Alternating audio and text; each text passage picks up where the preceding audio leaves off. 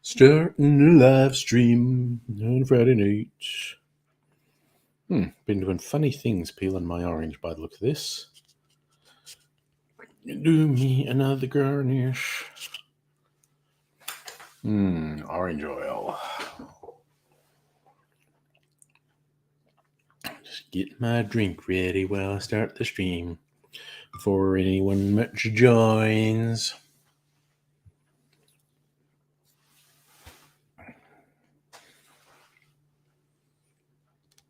So good. Maybe I'll untie my hair because my hair is tied back. Oh, there you go. That's a cherry I wanted. Go in there.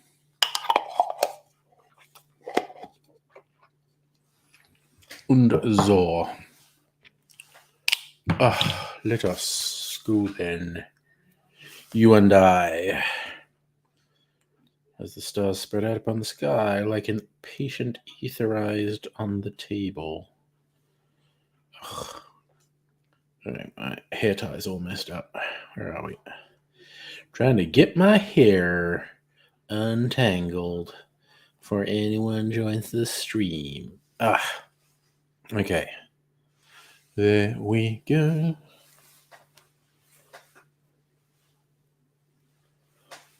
Let the hair run free. There we go. There we go. That's all that then.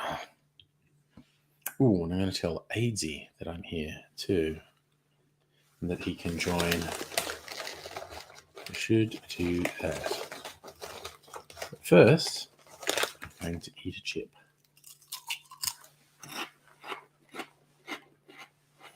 Or two.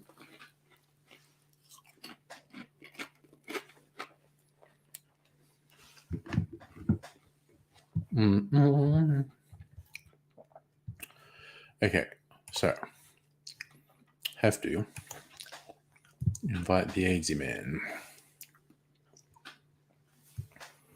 To Aidsy, enjoy. Join me on StreamYard. Okie dokie karaoke. I'll send him a massage. Here is your official massage from the Swedish Prime Minister to tell you I emailed you the link. Just to mix things up. Okay.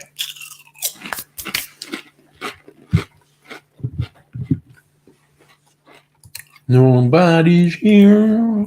That's okay. I'm going to play Red Dead then, if no one's here. There you go. I get to be a cowboy, and you can be my cowgirl. I amused myself today by being a murder hobo.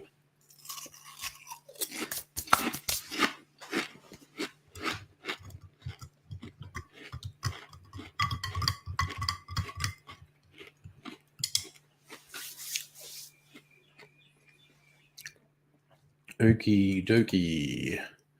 Oh, please don't make me do this. Why don't you remember me?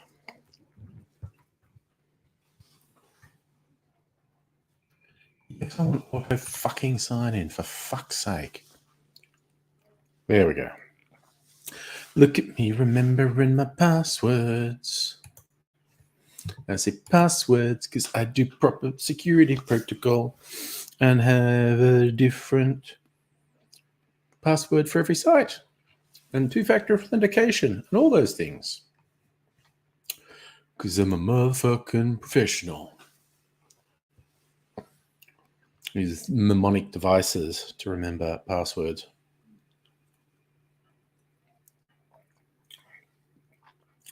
Oh my god. Oh, that's a fucking beast of a drink.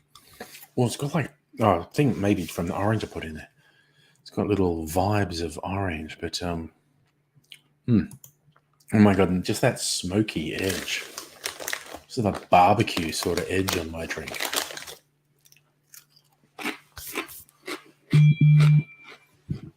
Ding.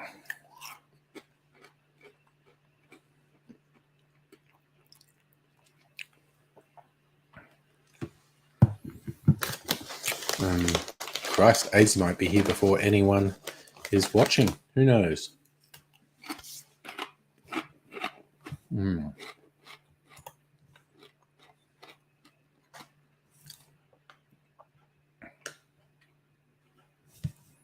Let's skip that. Get into the story. On Red Dead Redemption 2.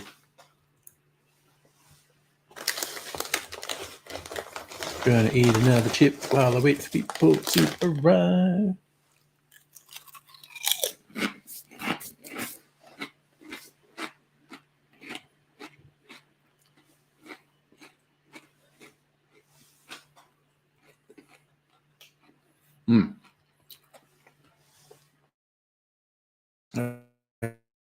Screw thingy.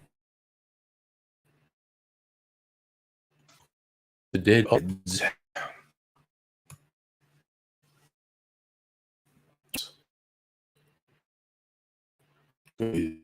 Yes.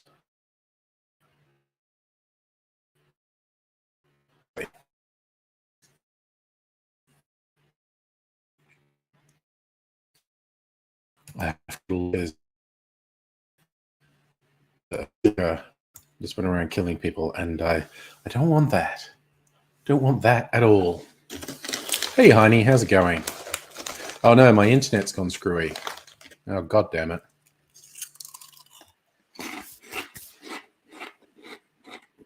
Okay. Hopefully, this only lasts for... oh, okay. Fuck am I?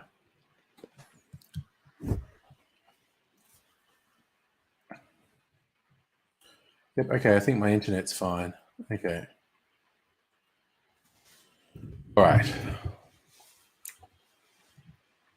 Yeah, oh yeah, that's right. I was in Van Horn being a murder hobo. Okay, and I want to go up here. Just going for a horse ride, really? All right, I need to move some shit if I'm going to do this. All right. And the microphone's in an annoying place, so I'll move it. Okay.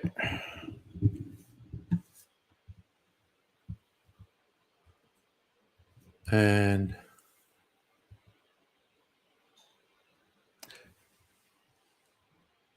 good job. That was a good job, Heine.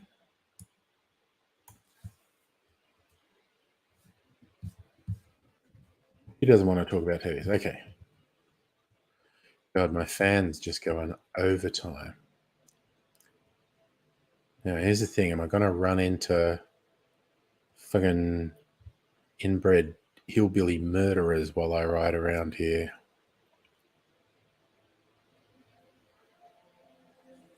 All right. There's my horse farm.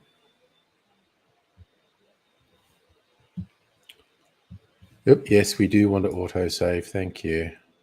I want to overwrite the other one because I was just messing about. Killing many, many innocent-ish people.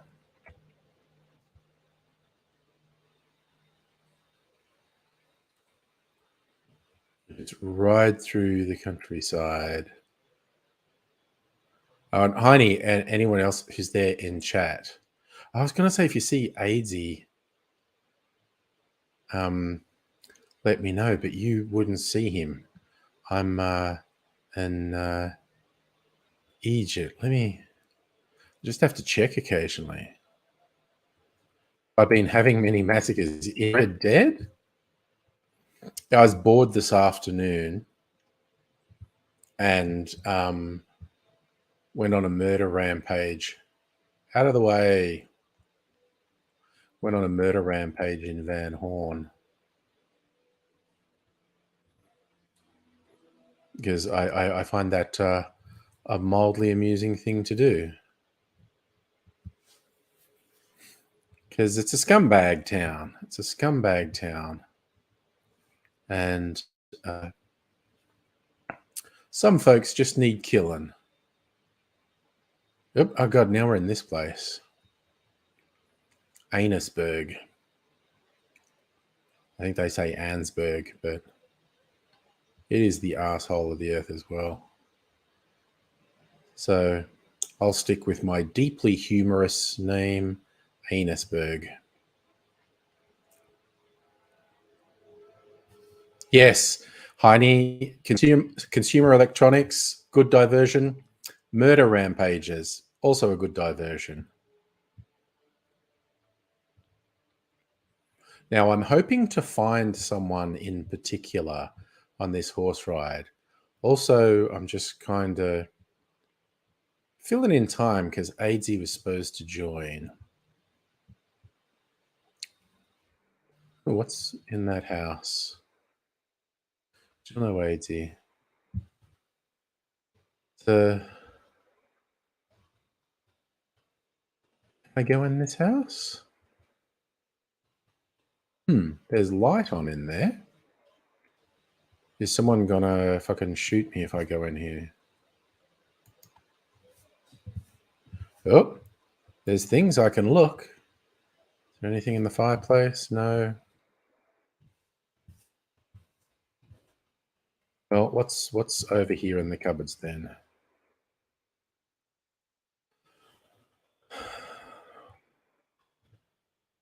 Nothing apparently.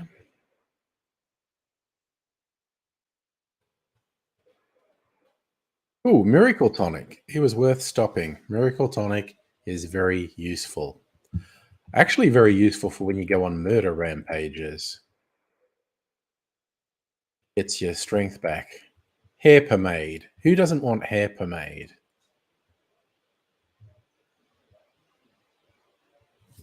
Right. So we Miracle Tonic and hair pomade. That's about it. Is there anything over here? Oh, stuff over here. What's under the kitchen sink? Coffee and crackers. I think like someone's going to be mad at me. They'll come back and like, where did my stuff go?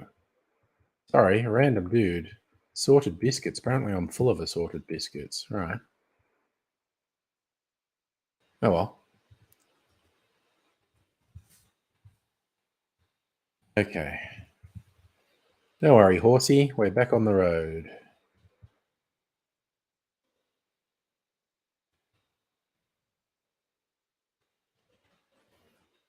Going up into the mountains a little bit. Ooh, shot of brandy with an espresso shot. Not, I mean, if you're into coffee, that's nice. I am not into coffee. I have my barrel-aged cocktails in a glass here. I'll just keep riding off into... Ooh, there's a campfire. Let's see if they're friendly, or am I going to have to teach them a lesson in manners? I just want to make a new friend.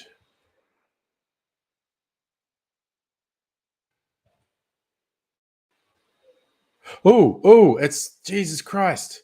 It's the murdering hillbillies. Where are they? Douche and douche. Oh, fuck me. Fuck me. Where'd that... Jesus Christ. That was the weirdest fucking thing ever. I'm killing, murdering hillbillies, and a fucking cougar attacks me.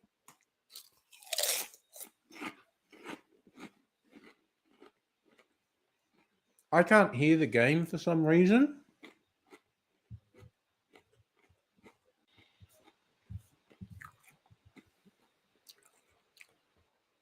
So I didn't hear that there was a cougar in the area. Next time I have Dr. Abigail over for some tech support, I might get her to look at that. All right. Oh, we're almost there. Okay. So I was almost to my destination when a fucking cougar killed me.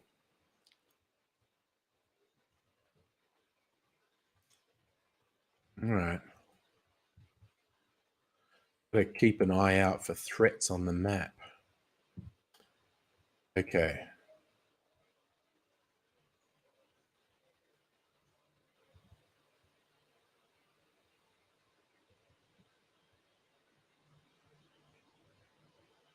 Looks interesting.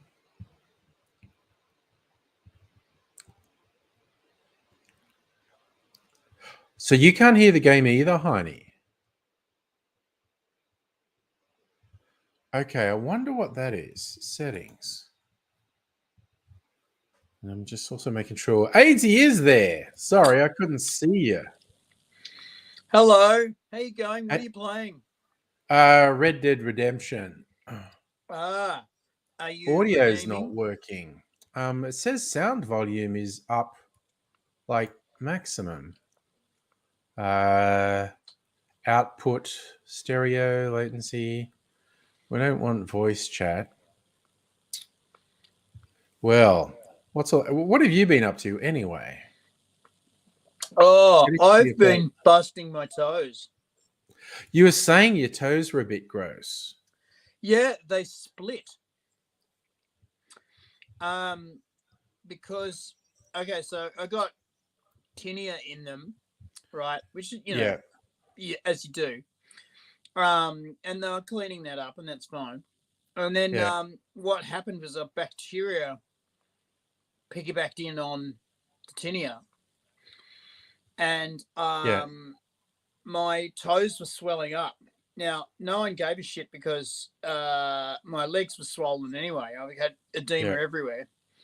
And she doesn't look like she'd be fun to have sex with. Well, she's alone up in the mountains. I thought I'd come and visit her. She knew my friend Arthur. I didn't know if she would be alive or dead, actually. Right. And can you see the chat was Heine's question? I don't think you can you? No. Or can you? That's okay. Because AJ's on a tablet. I'll tell him any chat. Okay. Oh, you're welcome to take whatever you need from the house. Oh, gosh. That ain't necessary. It is necessary. You're in a fucking garden. Let's go ransack a fucking house.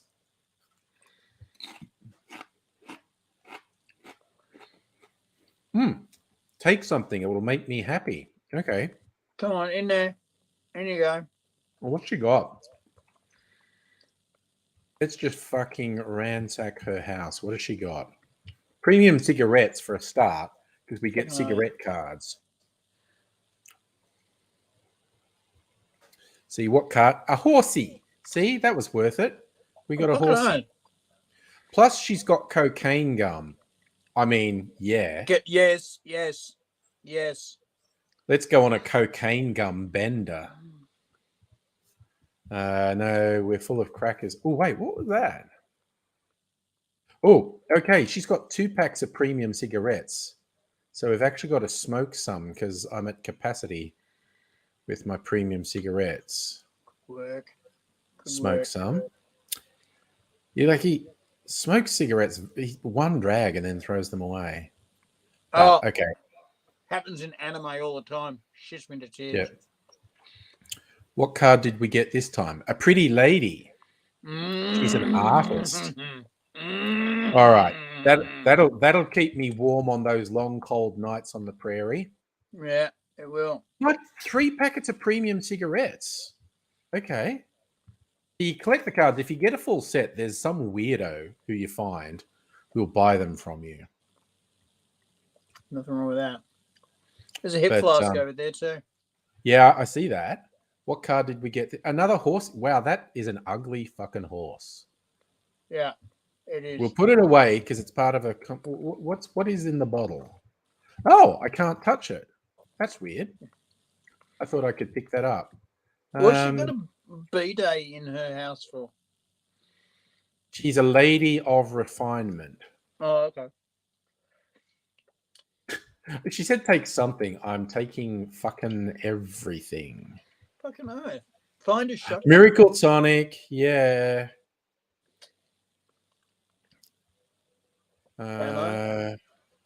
She's got to have ammo somewhere. All right. She's got to have ammo somewhere. You think she has ammo? I think there's another room in here. Mm-hmm. She lives in a multi-room house. She's a millionaire. Fucking nice. As far as my destitute dude is concerned. Okay, let's see if I can find some frilly knickers. That'd be another thing to keep me warm on those long nights.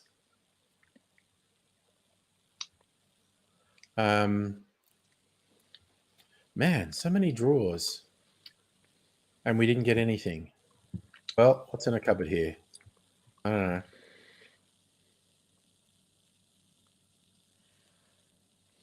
Coffee. I guess. Well, you know. Like she said, take something like, lady, I'm taking anything that's not nailed down, essentially. Yeah. There's another room here.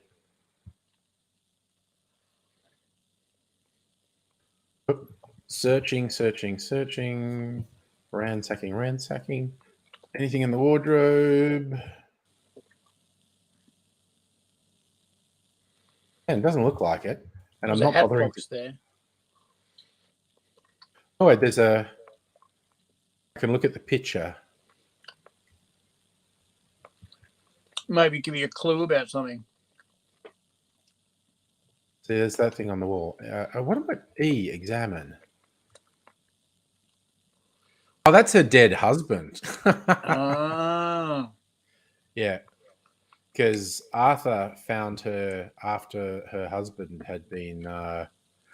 jewelry. Sorry, I honestly kind of didn't mean to take your jewelry, but fuck it, I've got it. Candy. It's there now.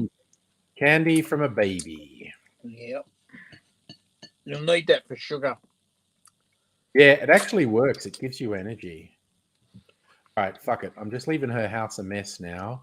Gonna leave her, gonna say goodbye, and yep, lady, I fucked up your house.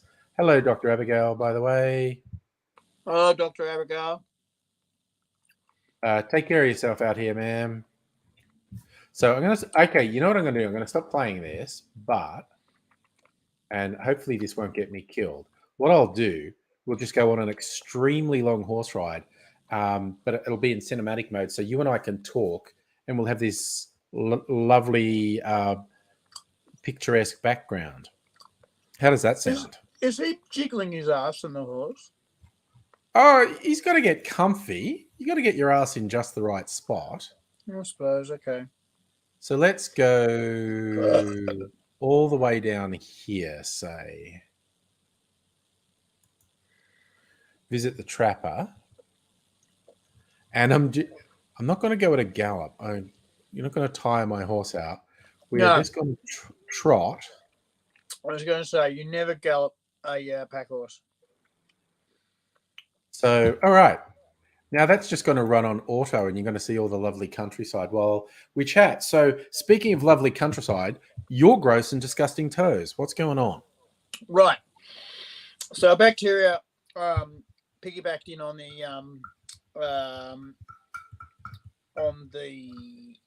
tinea. And a virus piggybacked in on the bacteria. Good Lord. My toes swelled up. Now, everyone ignored this, including me, even though they hurt, because my legs were swelled up, right? Yeah. And what's at the end of your legs? Toes. So anyway, fucking I was walking down the street, and I felt two of the toes on my left-hand side split, like a sausage, from the nail right Oh, back god damn. to the last knuckle, just like split open. Yep. And that was make me go ow, and say the Lord's name, and also talk about reproduction. To the point where people were looking at me going, "Are you okay?" And I'm going, "Really, no." But I think I could keep going. And then next day, same thing happened. And then I got my dressings changed, and they went, "Oh my God, the smell!" Oh dear. The smell. And what was really disappointing is my legs. You know how they've been a big problem. My legs are almost better. Oh, well, that's good. After a year and a half of fucking around, they finally got the dressing combo right, and the legs are almost closed up. One of them still. It's funny, you know, the actual size of the wound on the non-closed up leg. One of the legs is closed up completely. The non-closed up leg wound is 5 centimeters by 20 centimeters. Hello, Chris 4043. And that's small because remember it wrapped around the whole leg. Yeah. And there was really no skin on the legs at all, which was a problem. Anyway, so these toes have split and they hurt like fucking crazy. It's amazing how much your toes hurt. Like, they're only little parts of you. Like, I could understand it if my arm broke and it hurt that much. But no. Toes take a lot of pressure. A lot of just focused force of your mass goes on your toes. I guess they do. Yeah. Today, when we opened them up the dressing and changed it, they were worse. God they were damn. Actually worse. Okay. And the nurse was picking off sloughed, horrible skin, going, "Oh, this is just rotten." But I'm going, zombies prefer pre-used. And she said, "Oh Christ, that's a bone." Oh God! I'm not going to take that off. I'm going to leave it there. And oh my God! The doctor came in and said, "Yeah, antibiotics." I think that was just the first word that came to his head. Yeah. So I'm on antibiotics, and I had a meeting with the pain people to make me not in so much pain. And they said, "Oh, well, you're a junkie, so we don't want to give you anything that's useful." Yeah. So no. You can have these lollies, but more of them. And I'm going, thanks, motherfuckers. So I'm going to genuinely do it for a couple of weeks, right? Okay. But if it's not better, I'm going to call them back and go, it's not better. It's worse. You know, it takes me an hour to walk places that used to take me 10 minutes.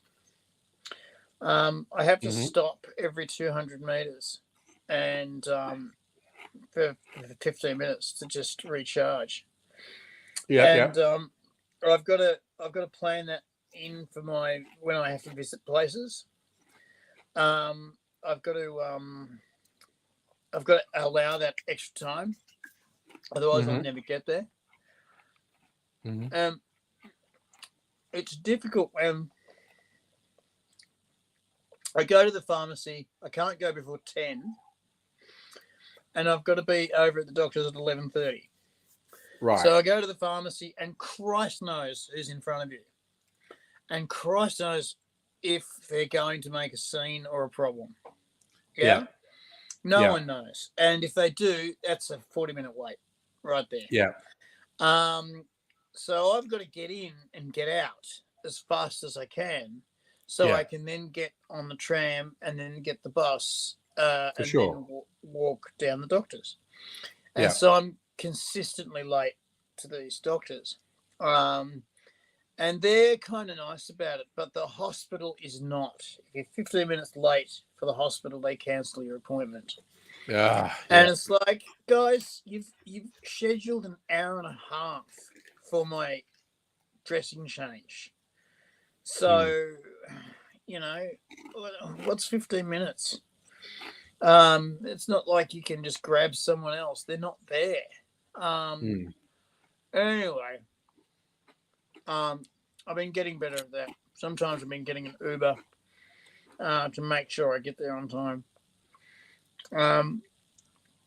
Which, of course, hits the pocket pretty hard, but whatever. And then,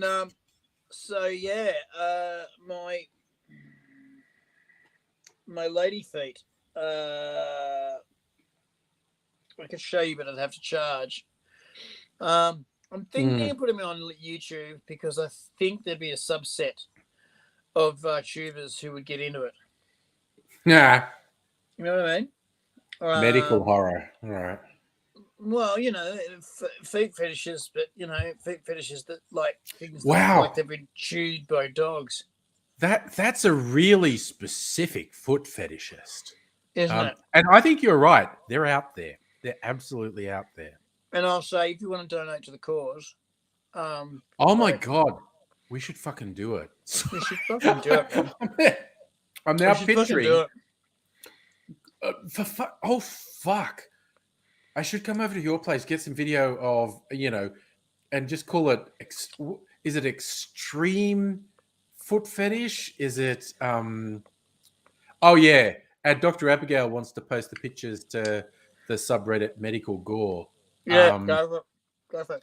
All right, we should fucking quite because not that I point anyone to it anymore, but the GoFundMe still exists for you. Yeah, right. We could post Medical Gore and just go like, bro here obviously has issues and needs help and support.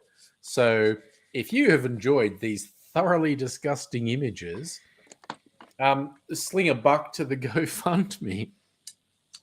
You know what? I do not object. We should build up to this. Like I could put it on YouTube with a warning up front. Hey, this is real and it's gross AF. But this is how AIDSy is these days. What we'll do is we'll peel off the various different layers. Oh my god! Because there's the leg as well. Yeah, and then pan down as we peel off the tape, and just show what's going on. And everyone will go, "That's the disgusting," and they will go, "Yeah, I'll have some of that." We have to be careful not to show anyone where my house is because that's easier. That's easy enough. Yeah. I'll have people, with flowers and corkscrews waiting out going, "Hi, do you want to go to dinner? Do you want to be dinner?" Yeah. Yes, because it sounds like your flesh looks like it's at least semi-prepared for a meal. So there's a bit of flencing thing going on. In a beaten by a fucking tenderizer hammer way. It's a particular sort of steak tartare, your legs and toes. Yeah, really. And the smell is fucking special. Oof. God, I feel like now I need to send Dr. Abigail in. I'll give Dr. Abigail the fucking camera. I'm not sure I'd survive it. Dr. Abigail is a huge fan of Medical Gore, but you'd survive it. Would Briefly. Briefly. Hi, Safa, by the way. Hi, Safa. The thing that shits me though is that it hurts a lot. I bet it fucking hurts. I bet it does. And I went in and basically said, look, we've got to get aggressive about this pain. And they said, yeah, no, you're a junkie and we're not going to give you any drugs. And I went, yeah, I see your point. I see what you're saying. But I'm thinking that you're not really coming to the party on this one. And so, yeah, it's just I'm not getting any sleep. I'm getting like 1 and 2 hours sleep a night. I can't get anything done. I can't get any work done. Mm-hmm. I've got so much scriptage that I have to get done. I have so much training manual I need to get done. And I just can't concentrate on anything for more than 3 minutes before the toes go, look at me, listen to me, listen to me, listen to me, yeah. listen to me, it hurts, listen to me, it hurts, listen to me, listen to me. And Christ be fucked if I move my feet while I'm standing up. Oh, I didn't show you my disco boots. Hang on. Oh, AZ has disco boots. He's gone to get some disco boots. I actually I think it's almost zen having this uneventful gameplay from Red Dead, just slowly trotting through vast expanses of the countryside. Nothing bad's happened yet. Occasionally, when you do this shit, you get fucking bushwhacked either by a human or an animal. And we've been trotting for a while. Oh, disco boots. Oh yeah, they're Velcro. Oh, Velcro. That's all the best. All the Velcro. best stuff is Velcro. And a zip at the back in case you're too learning difficulties to deal with Velcro. Oh, nice. So I'm sorry, zip at the back. Zip at the back. That's very 70s sci-fi, both Velcro and zippers. Oh yeah. And so the whole thing opens up like a Japanese school shoe. And you put your foot in that. There's no protection up the front, so if anything lands here, my toes are exposed pain. And walking around in these makes you look like that guy in the movies. Yeah? You know that guy with his, like, heightened boot? Yeah. Yeah, that guy. And for the first sort of day I was going, I look like a learning difficulties person, short bus. And after a while I just went, you know what? I'm over it.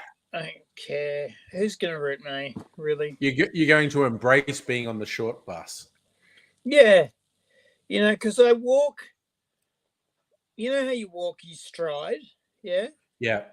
Well, I walk heel to toe, heel to toe, heel to toe, heel to toe, really slowly.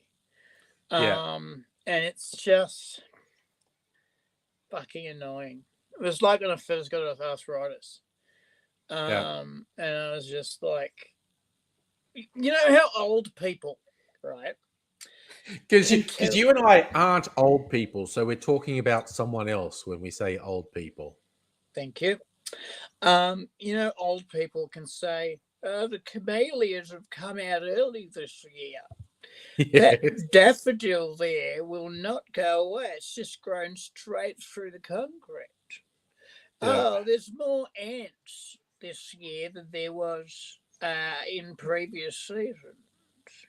And you go, how the fuck would you know that? And the reason is that your mind runs as fast as it always did.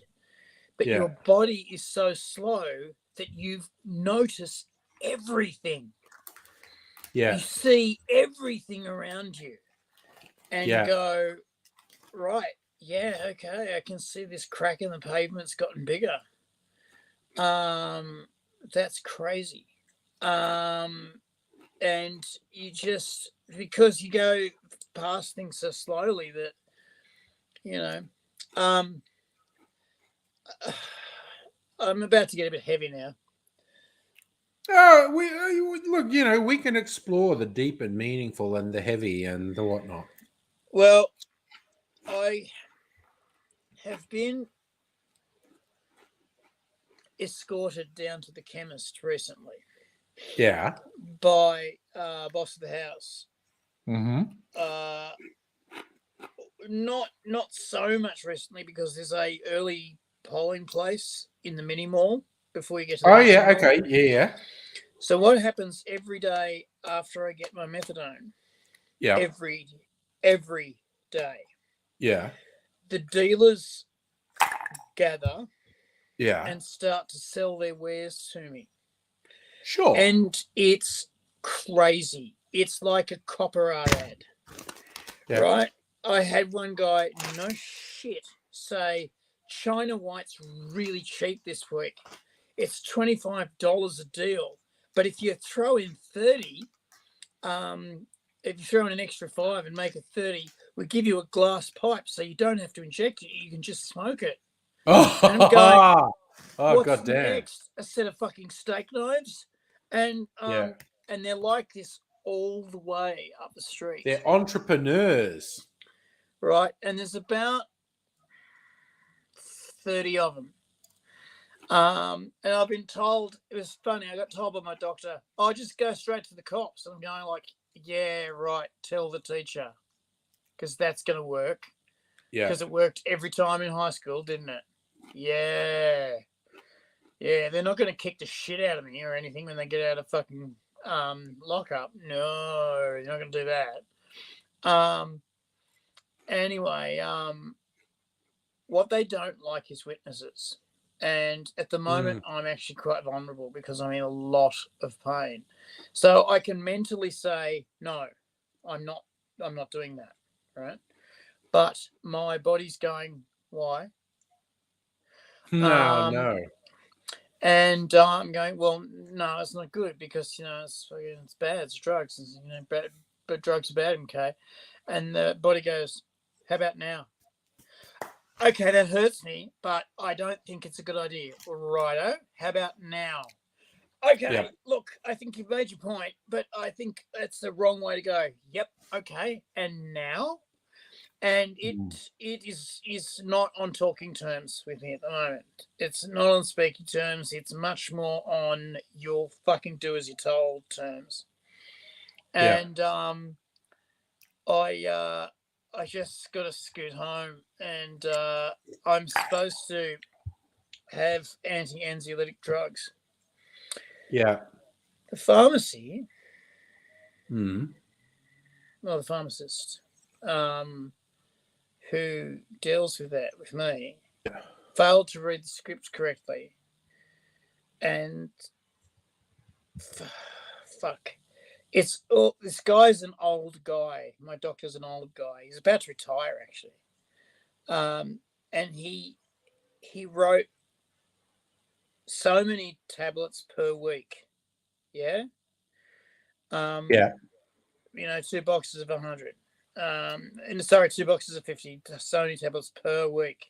Now, if you read it in order, it's like keep going.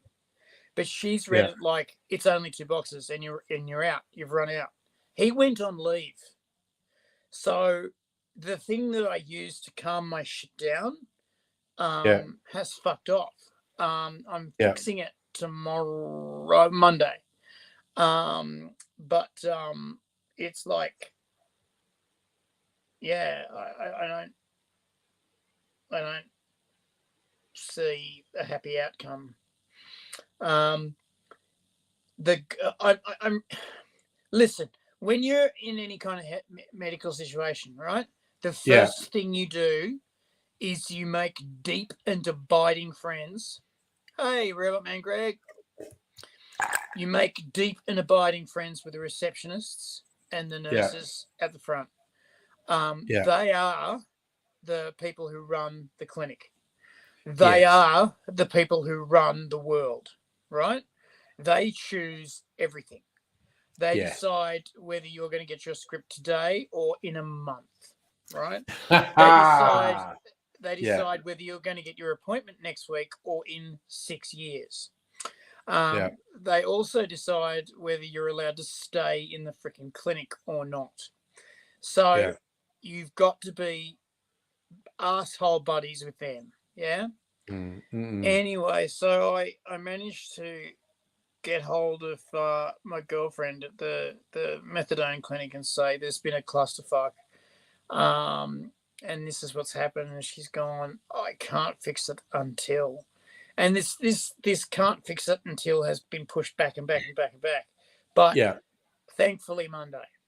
And I'm going to ring up on Monday and ensure that the fucking thing stays good for the entire time that I'm going to be getting a script.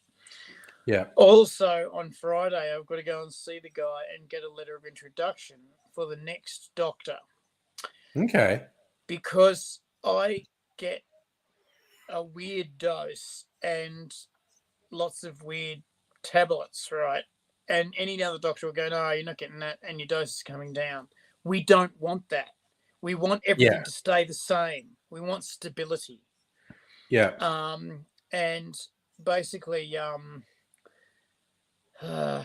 if I just rock up to a doctor and say we want stability, they're going to say, yes, you're a lying junkie. And that's it. It's, show's over.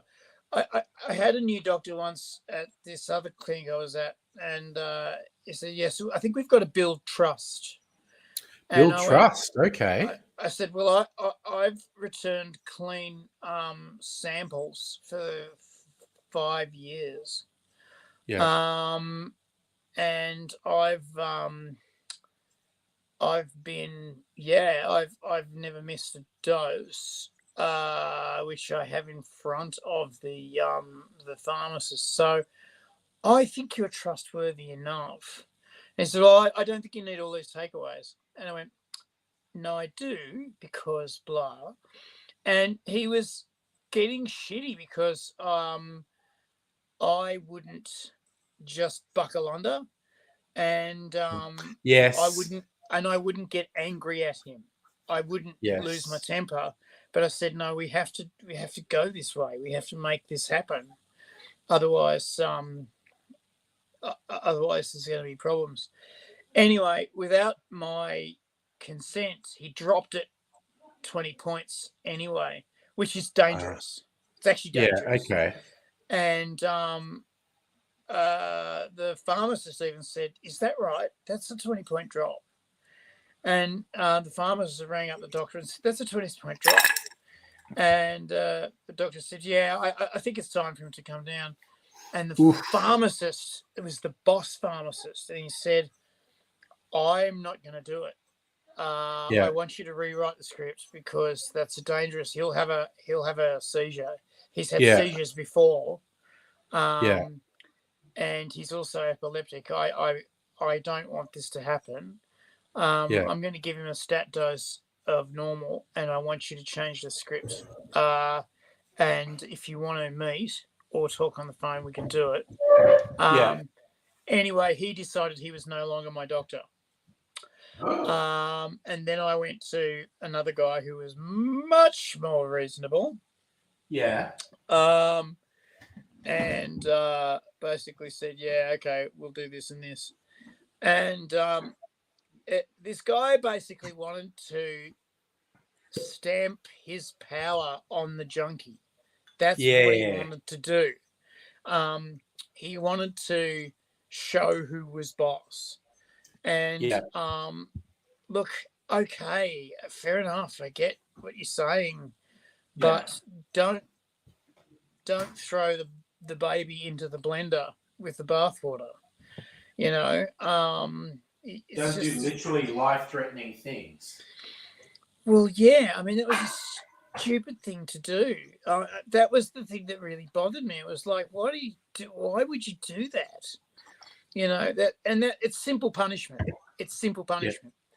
So what I'm going to do is I'm going to go and see the guy on Friday and say, listen, I need you to write me a letter of introduction, and put everything down so that when I go and see this next doctor, because he's retiring, right?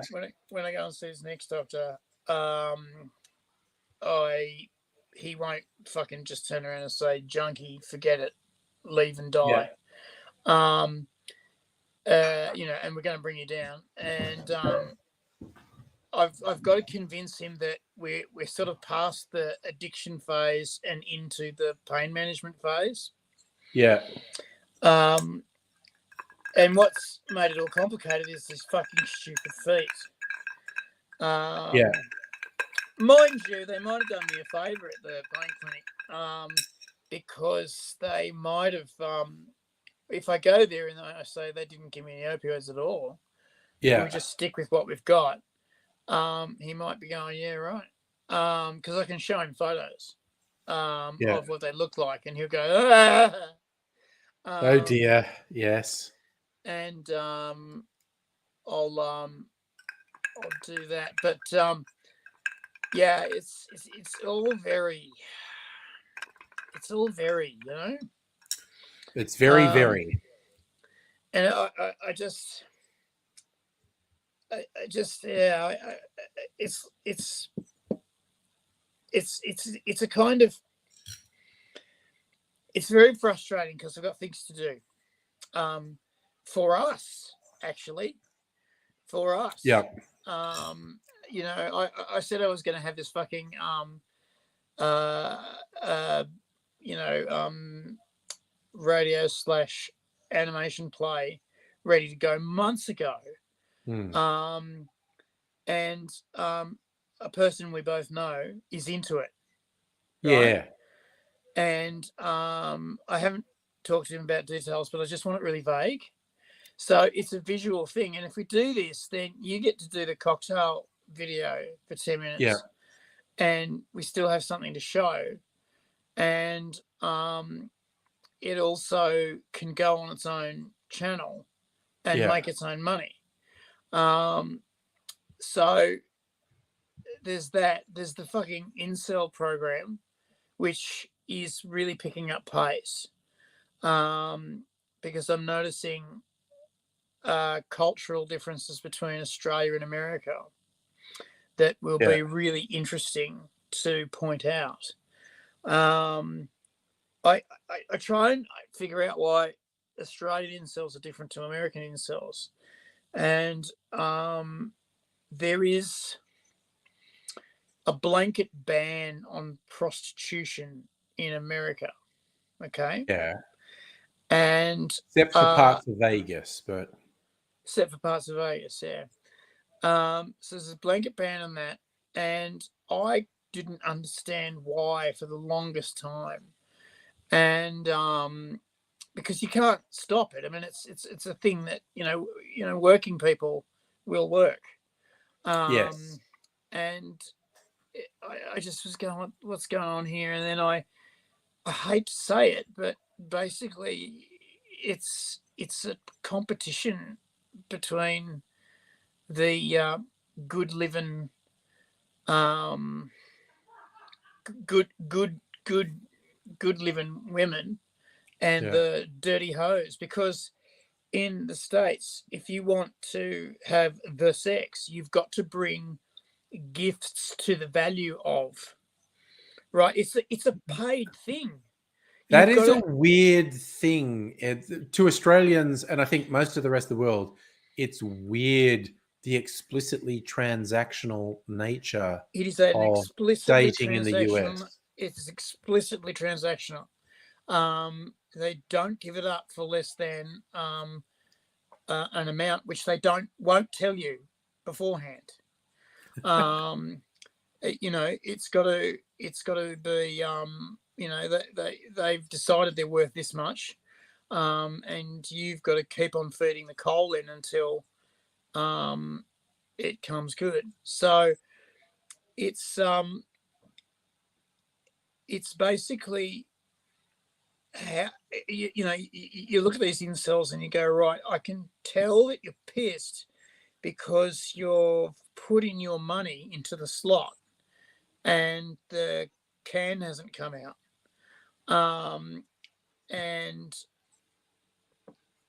it's a mental change that has to happen in the incel to make the mental change happen in the lady, because she'll take you to bed with no money, absolutely, every time, as long as certain conditions are met. And it's pretty simple. I mean, she's got to be valued, listened to. Basically, she's got to have a soft place to fall, and she's got to feel like she's having fun rather than be an object. And the objectification of humanity in the States is incredible. I did a bit of research into it, and the most lucrative industry in the world is fuel. The second most lucrative industry in the world is pharmaceuticals. The third most lucrative industry in the world is cosmetics. Right. It's trillions and trillions of dollars, basically built on the idea that you're not good enough. Yeah. See, the other two industries basically motivate machinery, or they're functional, or fix you if you're damaged, right? Yeah. The third one, the cosmetics industry, basically says you are not worthy until you put this shit on your face, and you are not worthy unless your eyelashes look like this and your body looks like this and you're shaved your pubis region in a certain fucking pattern. And there is then you get to Australia, and the common thing at the moment is that everyone barebacks. Right. No one uses condoms anymore. Yeah.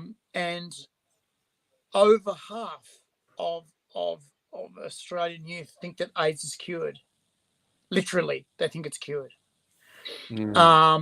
And it's like, Jesus, no, it's not. It's basically a long, long death. They've done wonderful, wonderful work on there's treatments to extend life, right? And they're great. I'm really happy about that. But circumcision is no longer fashionable. I don't have anything to say yay or nay about that. But that gives you an 85% prophylaxis rate. And with that in place, you're basically sending these people out there to gaily get AIDS, and then have expensive treatment for the rest of their life, and then die at 60. My son and his friends are all about condoms for sex. Thank Christ for that. Thank you, Dr. Abigail. One of the things that I do in the incel training program is to say, for our uncut brothers, put a dab of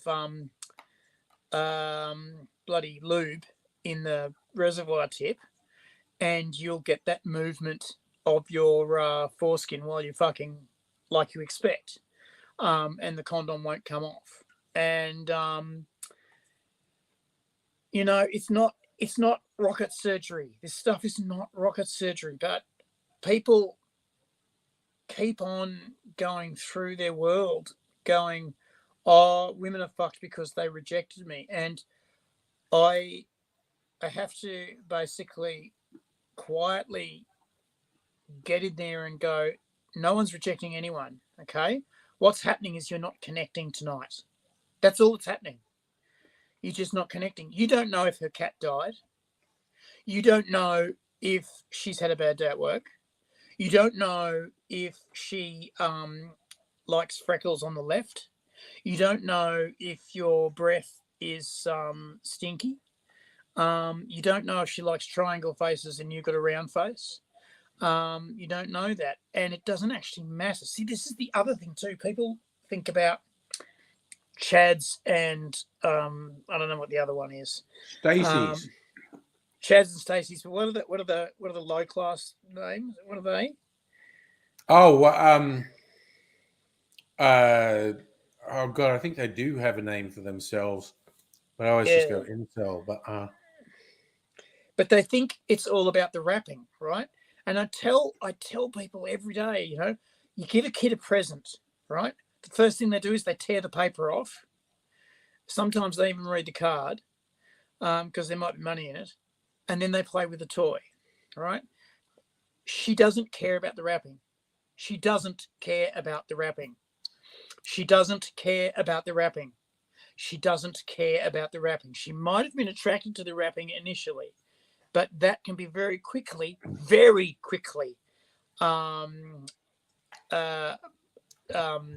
overcome by simply what do women say? They want someone who's funny.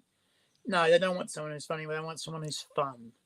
Yeah. They want someone who's clever, right? And they want someone who is gentle but can punch people out.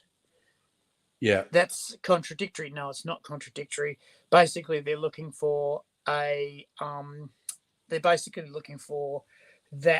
primal protective thing going on. They're looking for that soft place to land. They're looking for a friend who will fuck them, and they're looking for honesty. So don't go up to them and go, "Oh yeah, I want to be your friend." Go, I really think you're hot. I would like to get to know you better, much better. I'd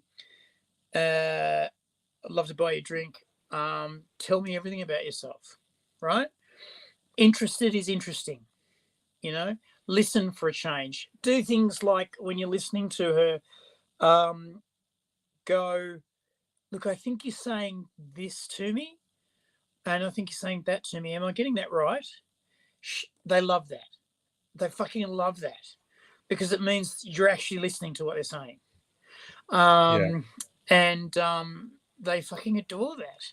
And I know that sounds really crass, but it's actually real.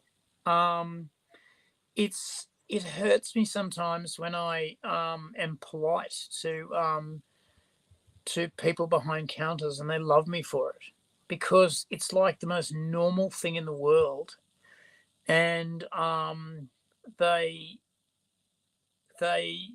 think it's just this wonderful thing that's happened for them. And it's, come on, it's not, it shouldn't be unusual. And of course, the other thing I talk about is treat every girl you meet like a guy with girl skin on. What would you never say to a guy because he'd punch you out? What would you never say to him? Well, never say that to her. What would you never say to a guy because it's offensive? Well, don't say that to her. She is equal to you in every single possible way, right? You are going to be the arms that wrap around her, and she's going to be the arms that wrap around you. You are both going to be each other's look out over the shoulder, right? So that is where you're going. I heard the slightly humorous way of putting it is, don't say anything to a woman you wouldn't want a man saying to you in prison. That's nice. I might even use that.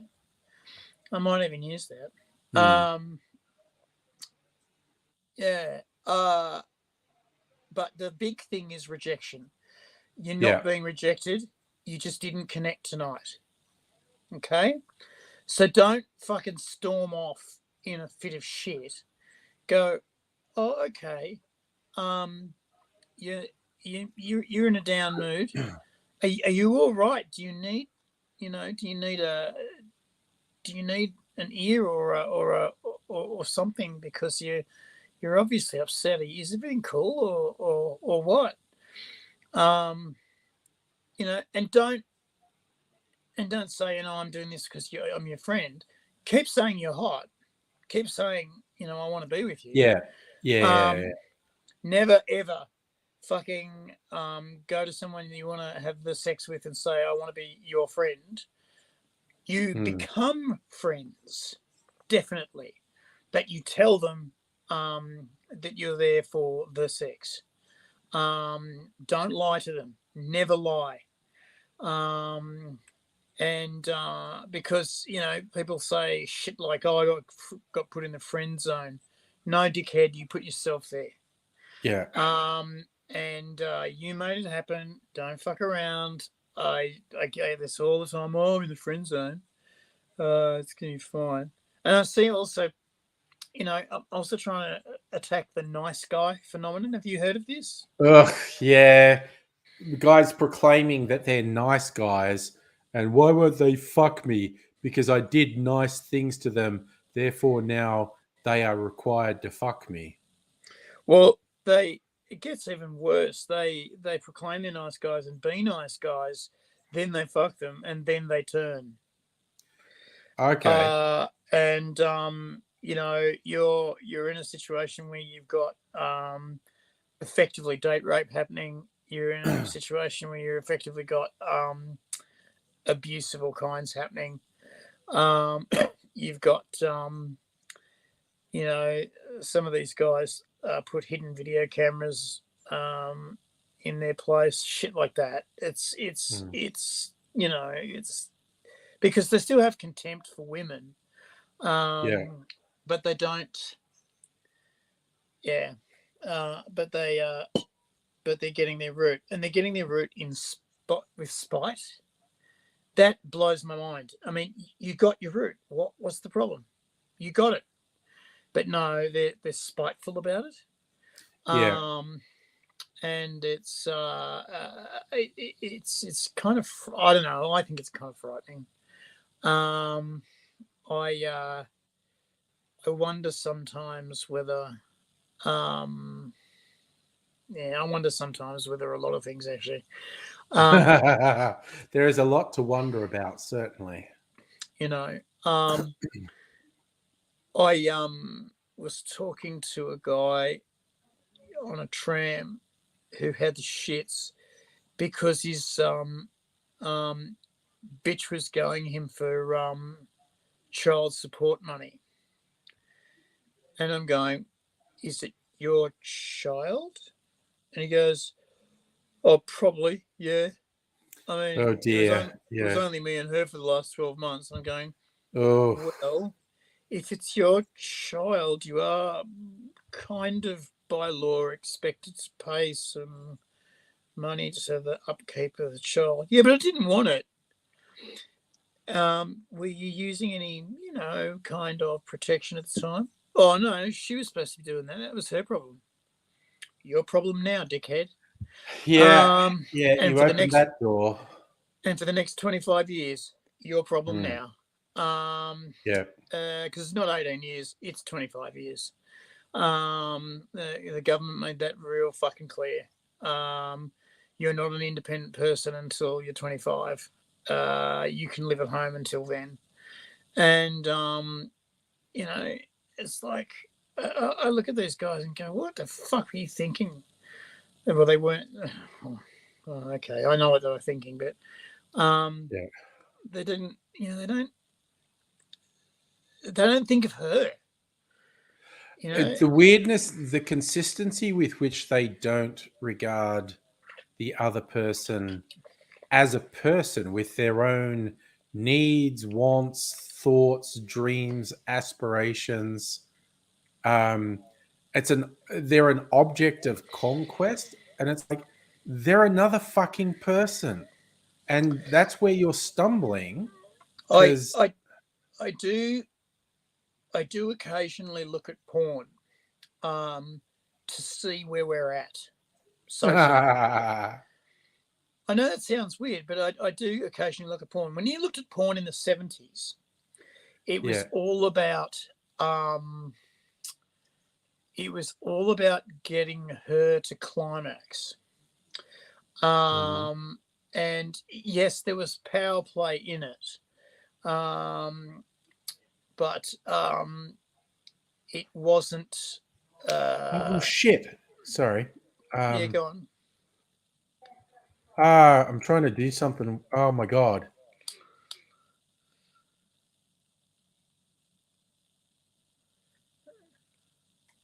Sorry, the fucking horse. Fuck.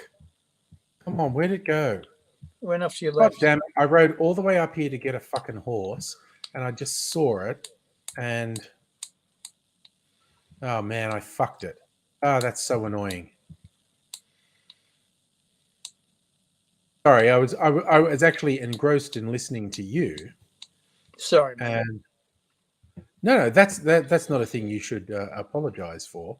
But I just realized, wait, that was the horse I wanted to try, because I want to catch this white horse and then name it Privilege, so I can call out to white privilege all the time. Nice. Which reminds me, in the 90s, particularly and aughties, porn had changed a lot, to where they would abuse and sometimes even hit the woman until she had vagued out, like gone into a disembodied state, like gone into a dissociative state, and then they'd fuck her. And there was no love making; it was fucking her. And it was all power. There was nothing to do with fun. It was all power, and it's pretty horrifying to watch. If you've ever had actual sex with someone. And this is what's training young guys to do what they do. The conversations I had with guys in the 90s and aughties were often pretty horrific. I remember one conversation with one individual who said, yeah, you got to watch when she pulls the goalie. And I went, pulls the goalie? The fuck? And he was basically talking about her stopping having the pill so that he would have to pay for her progeny. And I'm going, you can fix that. And I also had a big, long talk with someone I was training about. He was saying, I've done all these nice things for her, and she hasn't done enough nice things for me. And I said, it's not a ledger. A relationship is not an accounting book. You don't just fucking, put column A and then go to the second entry and make sure they balance. You just shovel coal into the fire and hope the fucking thing burns. If nothing is happening after a while, just walk away. But you're not. It's not a transactional thing, and this is the thing that I'm having a lot of trouble with young blokes. Is they go. So I think it's a transactional thing. It's fuck. You're supposed to be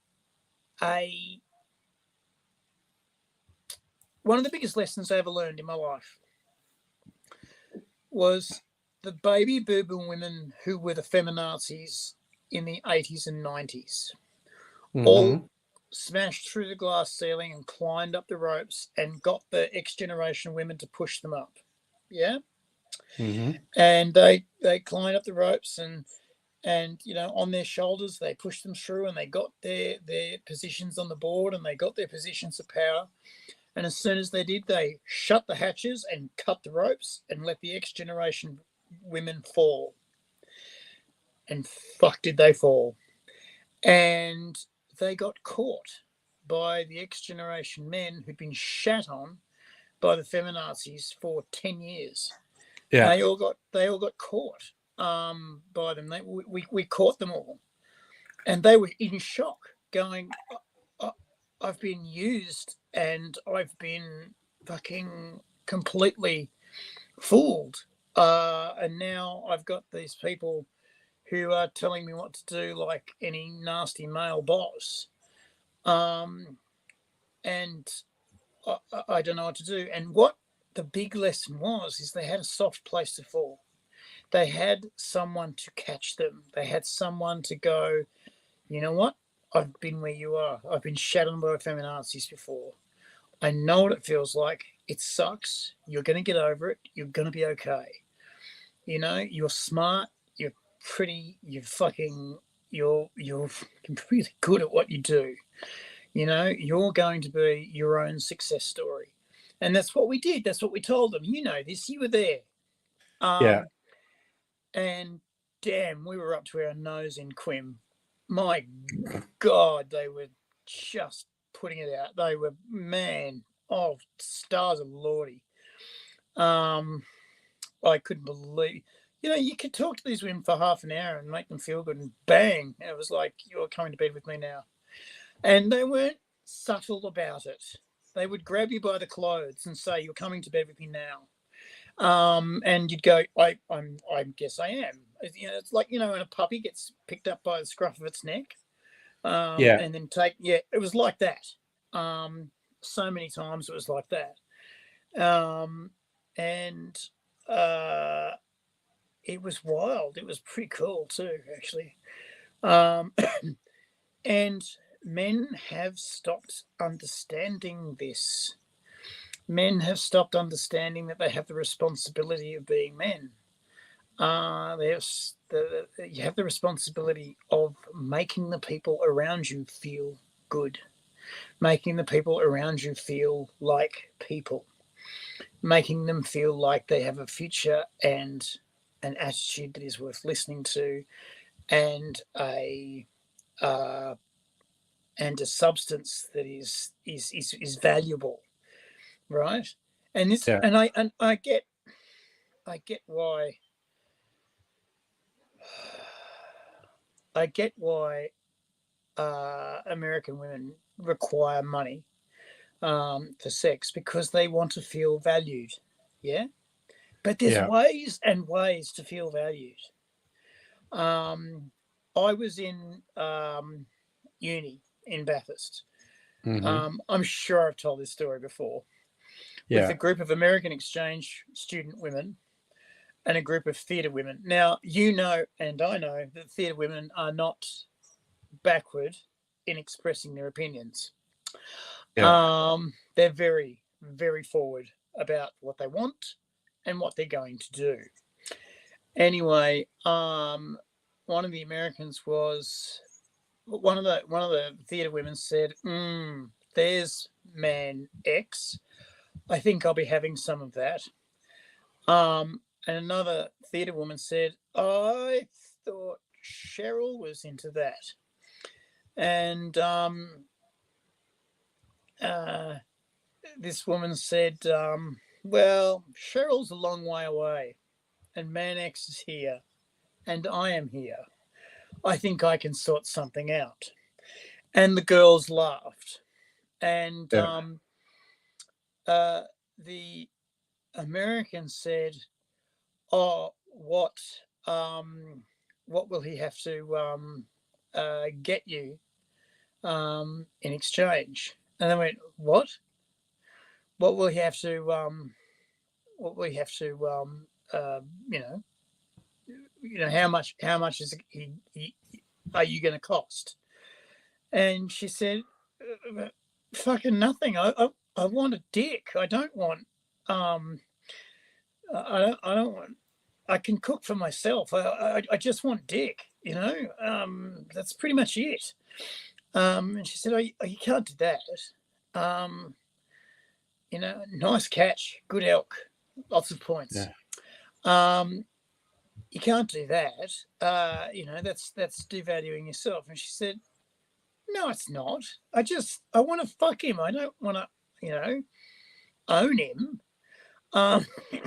Yeah, well, you got to know what it is you want. I don't. It's probably going to be a one-time thing. I'm not interested in Like, putting baubles and shit in my house. I just, I only want one part of him in one part of me. And she said, I can't believe that you would do that.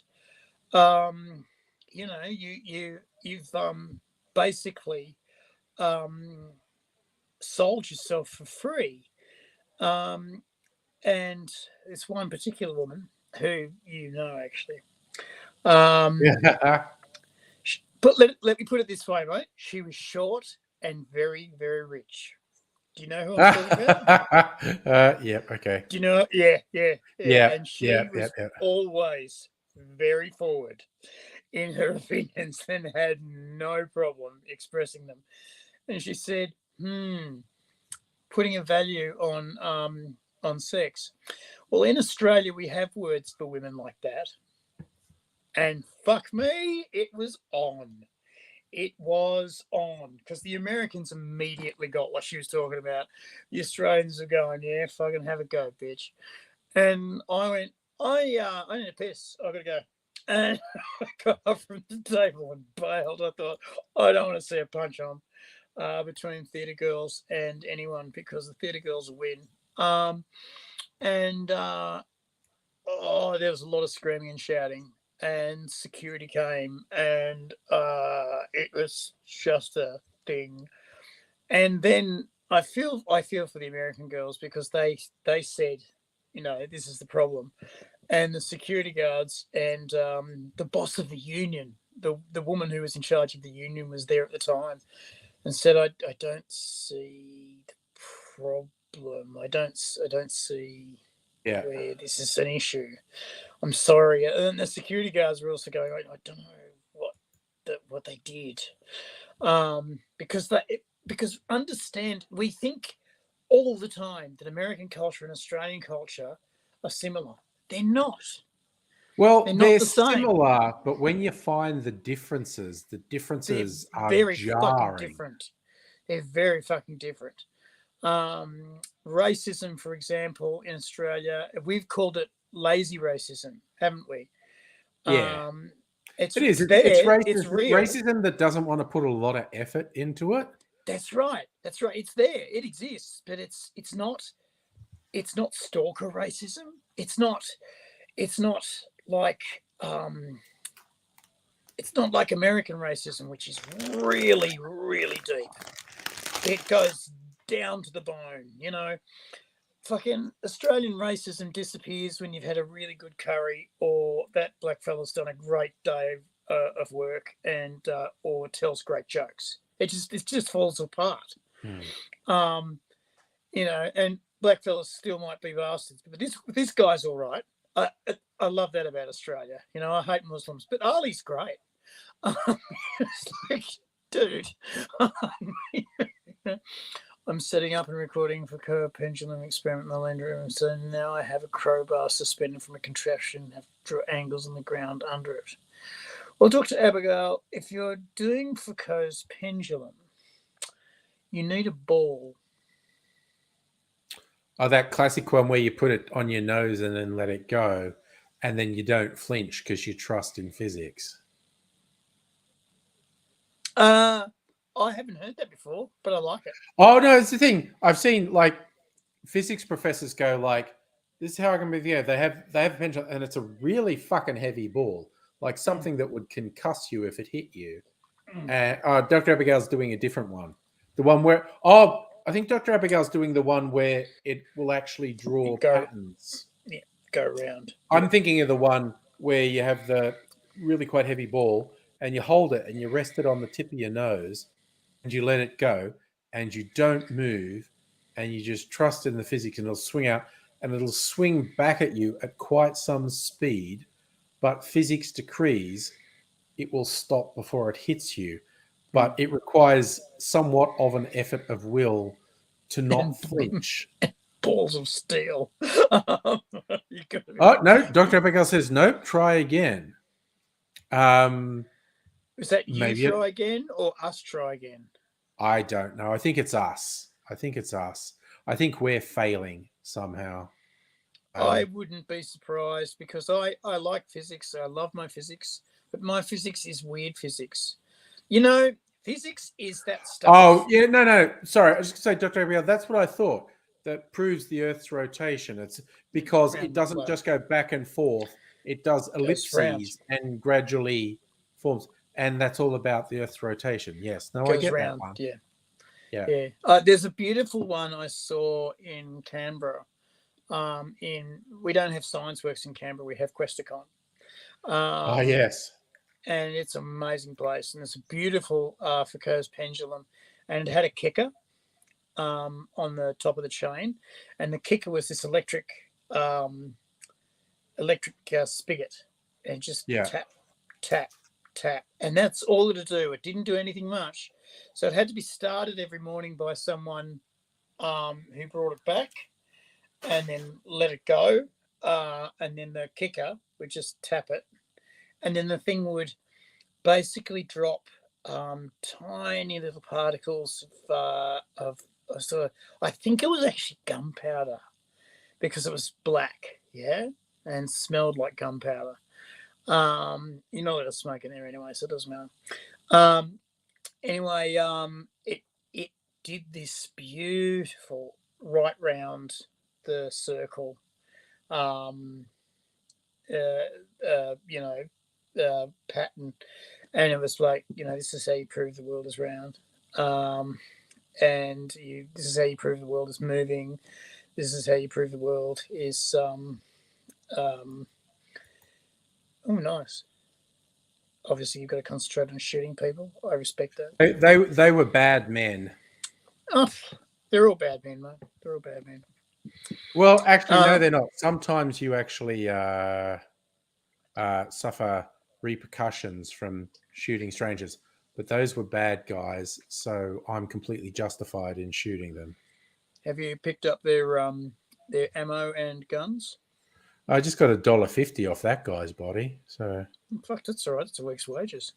Got some shotgun shells, $2 off that guy, and a health cure. So there you go. Fucking fancy Jack with his $2 running around. I know he's a rich guy. He's $2. flashing $2 at the hoe house. So Foucault's pendulum. I started reading the Umberto Eco Foucault's pendulum, and it was a bit bull. Oh yes, that's the old famous Duke. The name of the rose is great, but Foucault's pendulum is a bit. I do tend to love a little bit of. Can never remember his fucking name. He wrote Cryptonomicon and the Neil System of the World. Stevenson. Neil Stevenson, but he's an odd man. Oh, he's a very odd man. He's an odd man. When you get him live, he's really quite paranoid. And he's really quite gruff. But he writes with such delicacy and with such... I remember reading Snow Crash. I still can't believe we haven't had an adaptation of Snow Crash. Because I don't think TV show or movie. I don't think anyone could do it. Oh, it'd be easy to do it. The visuals would be easy, and the visuals scream, "Please do me!" But the inner thoughts and inner dialogue of the characters would be hard. That would be hard to get across, and that's important. It's important that the guy and the girl. You need to know what their motivations are. You need, because they change. They change all the time. They change. She has sex with a guy that you'd think would never happen, and it's a good thing that she's got wearing a thing that she's wearing. I'm really deliberately trying not to spoil it. Read Snow Crash. It's like a 40-year-old book. You can spoil it. No one's read Snow Crash, and it's easy to get, and it's a great book. And you should read it. It's the kind of thing you read before you read Gibson. Yeah. Actually, look, speaking about adapting stuff that's difficult to adapt, on the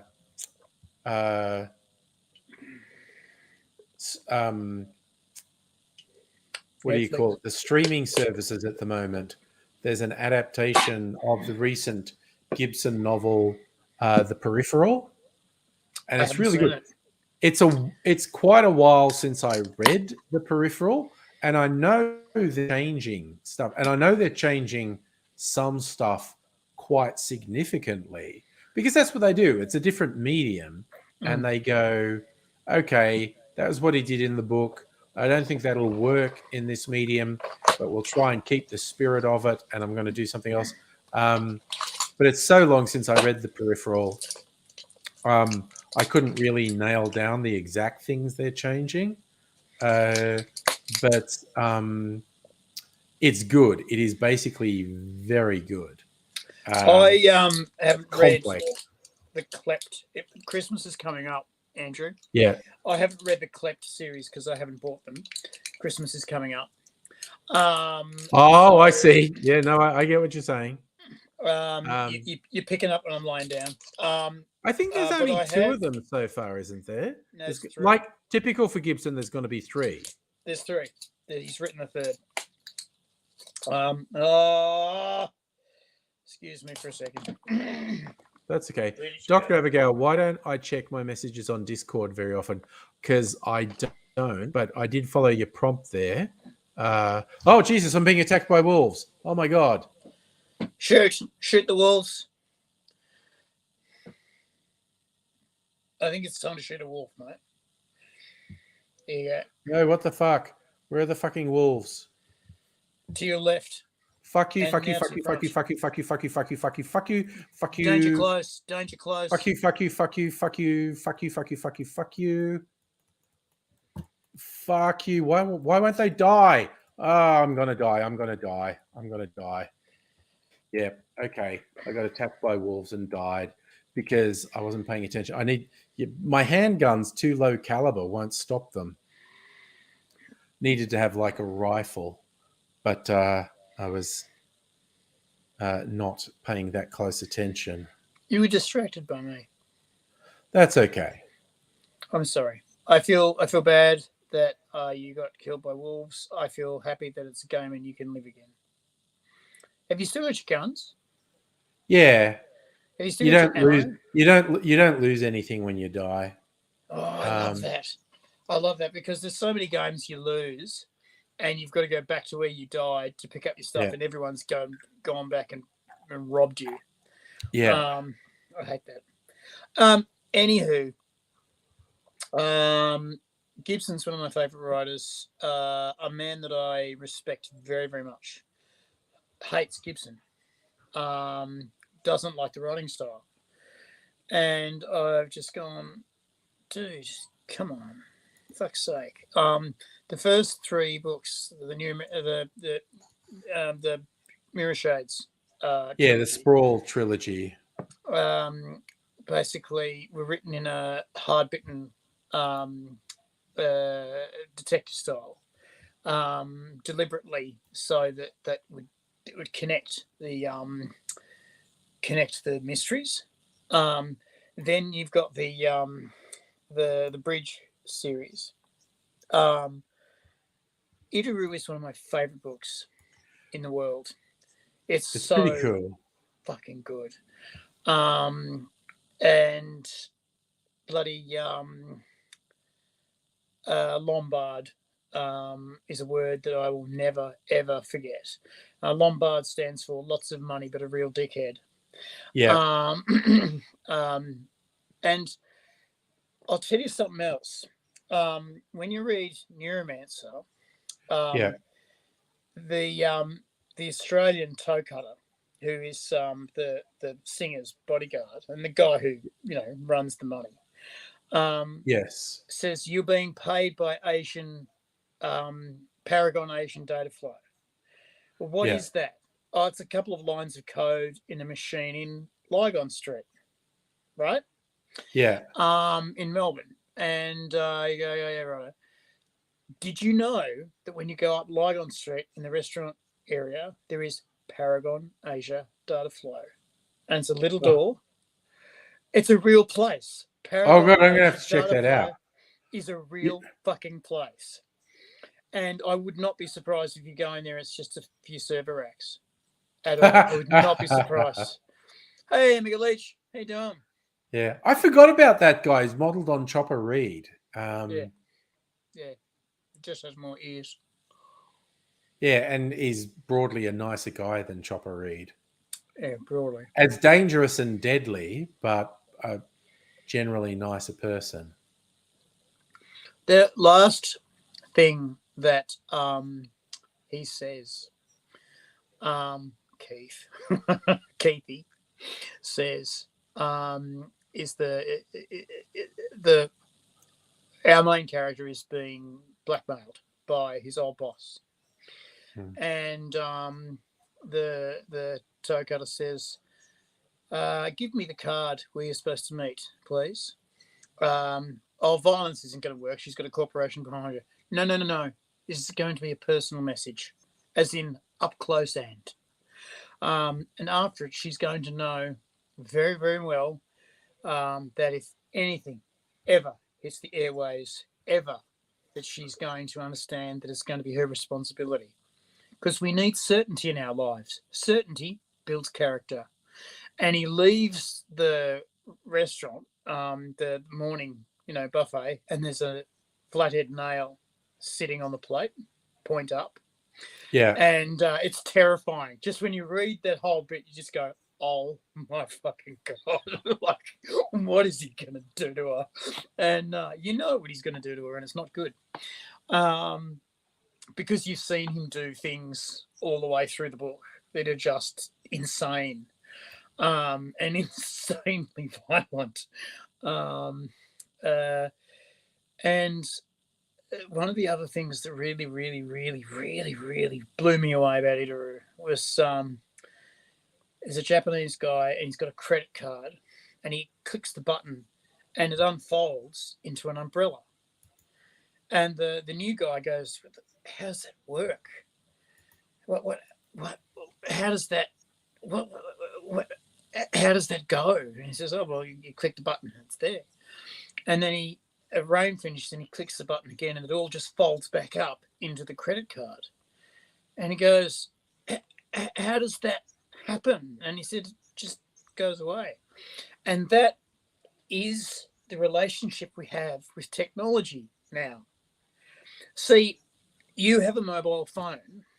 I sure do. That is a computer. It that sure is a Wi-Fi device. That is a tracking device. That is a camera. That is all these things. And if anything goes wrong with it, you can't change the tires. You can't dipstick the oil. You can't change the carburetor. You've got to take it to the service. It's a black box. Yeah. It's a black box. And I more and more technology is becoming something that is too much for humans to grasp. When I was a kid, one of the favorite games for the weekend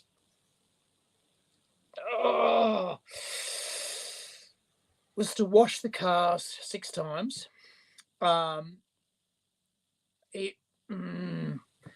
So you'd wash a bit of the car and then you'd wash another bit of the car and then you go back and wash the first bit of the car again and then you go back and you fucking... And when I grew up, I basically said, he said, go and help me wash the cars. And I went, sure. And we washed one bit and I said, stop, you've done that bit, don't do it again. Oh, but there's soap on that. Put water on it. You've washed that bit. Because what we do is we get brooms and washing powder. Brilliant for washing cars, by the way. Just sprinkle the washing powder on and just scrub it with a broom. And but this idiot, and you know who I'm talking about, did every panel 6 times, and used to spend 2 hours washing a car, and then there were 3 of them. So your weekend's fucked because he's doing that. But then he'd get the bright idea of circulating the wheels. You've got to, rotate the wheels. Yes. Because it's for wear and stuff like that. It's just bullshit. If you take it to any fucking mechanic, they will actually align your tires, and you don't need to do any of it. Anyway, so we then fucking rotate the wheels, which for fucking some reason a 15-minute job would take fucking 2 hours again. So, 6-8 hours of your weekend is gone. I would be saying I am late to go and do the thing that I have booked a month in advance, because I had to book a month in advance if I wanted to do anything. Oh yeah, but we'll just do this. We'll just do this. We'll just do this. We'll just do this. And then at one point, we rotated the fucking wheels, and then the lawns had to be mowed, and I went, no, I'm going. And it's like, no, you got to mow the lawns. Humans made these devices, right? They're not so complicated that humans can't understand them. Yeah. I want to throw in, it's a very, very tiny subset of humans who can understand. Cars used to be a thing that an average person could learn how to take them apart and do it. Increasingly, technology is becoming, and this is cars and smart devices, etc., is becoming so rarefied that, exactly as AZ was saying, it's become a black box that only people with very rarefied knowledge can, and often extremely specific tools are required to do anything with it. Not your Sid Chrome spanner set. You can't do anything with the car without a laptop that's been given to you by the automotive company that made the car. Yeah. It plugs into a slot in the fuse box. Yeah. And everything is done via that laptop. People, when they're sold a car, because this is where I was going with all this, people, when they're sold a car now, are told if it's not got yellow on it, you don't touch it. So you're allowed to touch the dipstick. You're allowed to fill the oil. You're allowed to, what's the other thing with yellow on it? There's one other thing with yellow. The water. But that's it. So everything else is forget it. I had some young folk who were late for rehearsal, and they said, "Oh, we're going to have to call it off." I'm going, "Why?" And so, "I've got a flat tire. I've got to wait for the ROCV." What? I've got to wait for the ROCV. What are you fucking talking about? Just change the fucking tire. No, but ROCV. Okay, hang on. And so I got out there. I drove out there and said, "Righto, you're going to change the tire." Well, but there's no tire. They've got to come and fix the tire and do the thing. No, you've got a spare tire in the back of your car. What? And I'm just going, Jesus Christ, we're all going to die. Showed him where the tire was. He was blown away. Showed him where the tools were. He was blown away. Showed him how to use the tools. Blown away. Showed him how to fix his tire. And then basically I said, now, don't fuck around. Within the week, go to a tire place and get this tire fixed. Don't bother putting it back on the car. Just put it back in the slot, because the next time you have a flat, you'll have a new tire to put on. Don't worry about it. And if they fucking mumble about your tires are fucked, pay the fucking money, right? You've got a job now. Don't worry about it. And so next week he said, "Oh, I can't come again because the car's broken down. I got to wait for the RSCV." Oh, and there was a big fight we had because he didn't call the RSCV and tell them that his problem was solved, and they came out anyway. And I said, "Don't do that. That's fucking rude." And I hate that shit. I really, really hate that shit. Some poor bastard in a yellow truck has come to find someone who's not there, and he's got fucking 50 jobs on his list, and some prick's just fucked off. Thanks, guy. Yeah. Anyway, next week I can't come because the car's smoking and there's no oil. What? And I came out And I said, get a rag out of the back of the car. He said, oh, I don't think there's one. I said, trust me, there's one.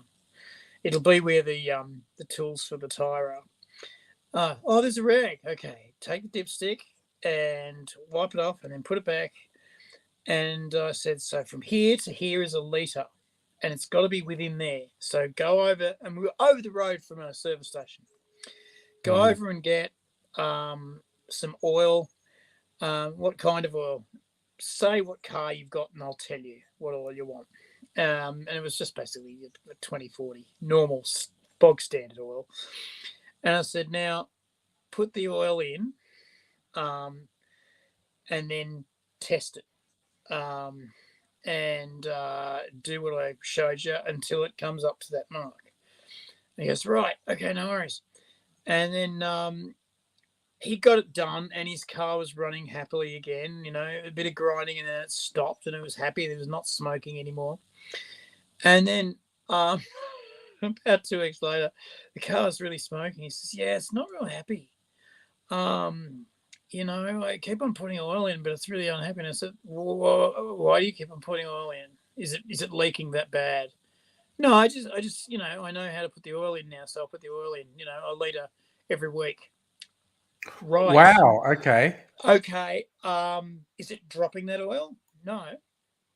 And then I checked the dipstick, and it was right. It was leaking out the top. I'm going, yeah.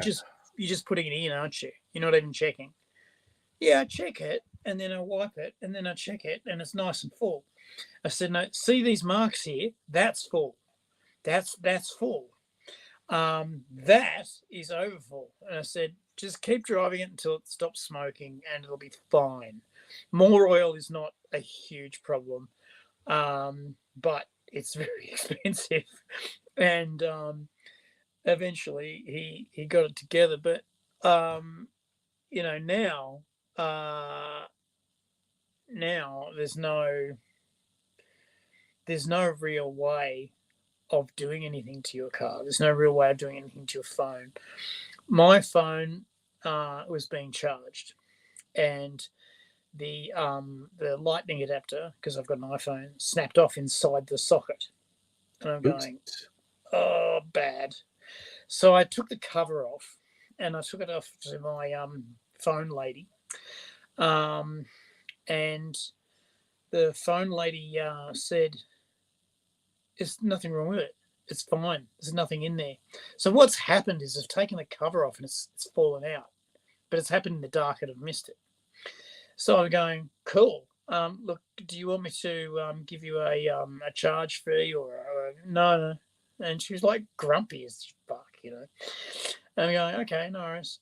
Thanks very much. Have a really great day. Charged up my phone, and everything was happy. Except for my toes. And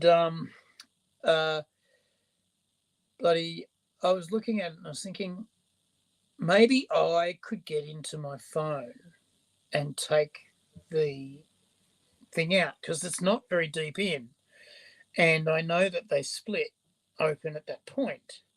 All I'd have to do is get the case open and make sure I didn't snap the rainbow cable, and make sure that the LED screen didn't drop out, and make sure that I didn't scratch the chip. And I'm going, fuck are you doing? What are you doing? You've got manky fingers, no tools. You'd have to ask boss of the house for tools, and he'd basically go, no, don't do it. Because have you seen what you've got to do to open your iPhone? There's 2 little screws next to the charger. Yeah. There's 2 little screws up the top. There's one at the side, and there's one at the side at the back. And you've got to get them all out, and you've got to put them all in order, because they don't go in the other holes. They all go in their own hole. And if they go in another hole, they won't fit. So, anywho,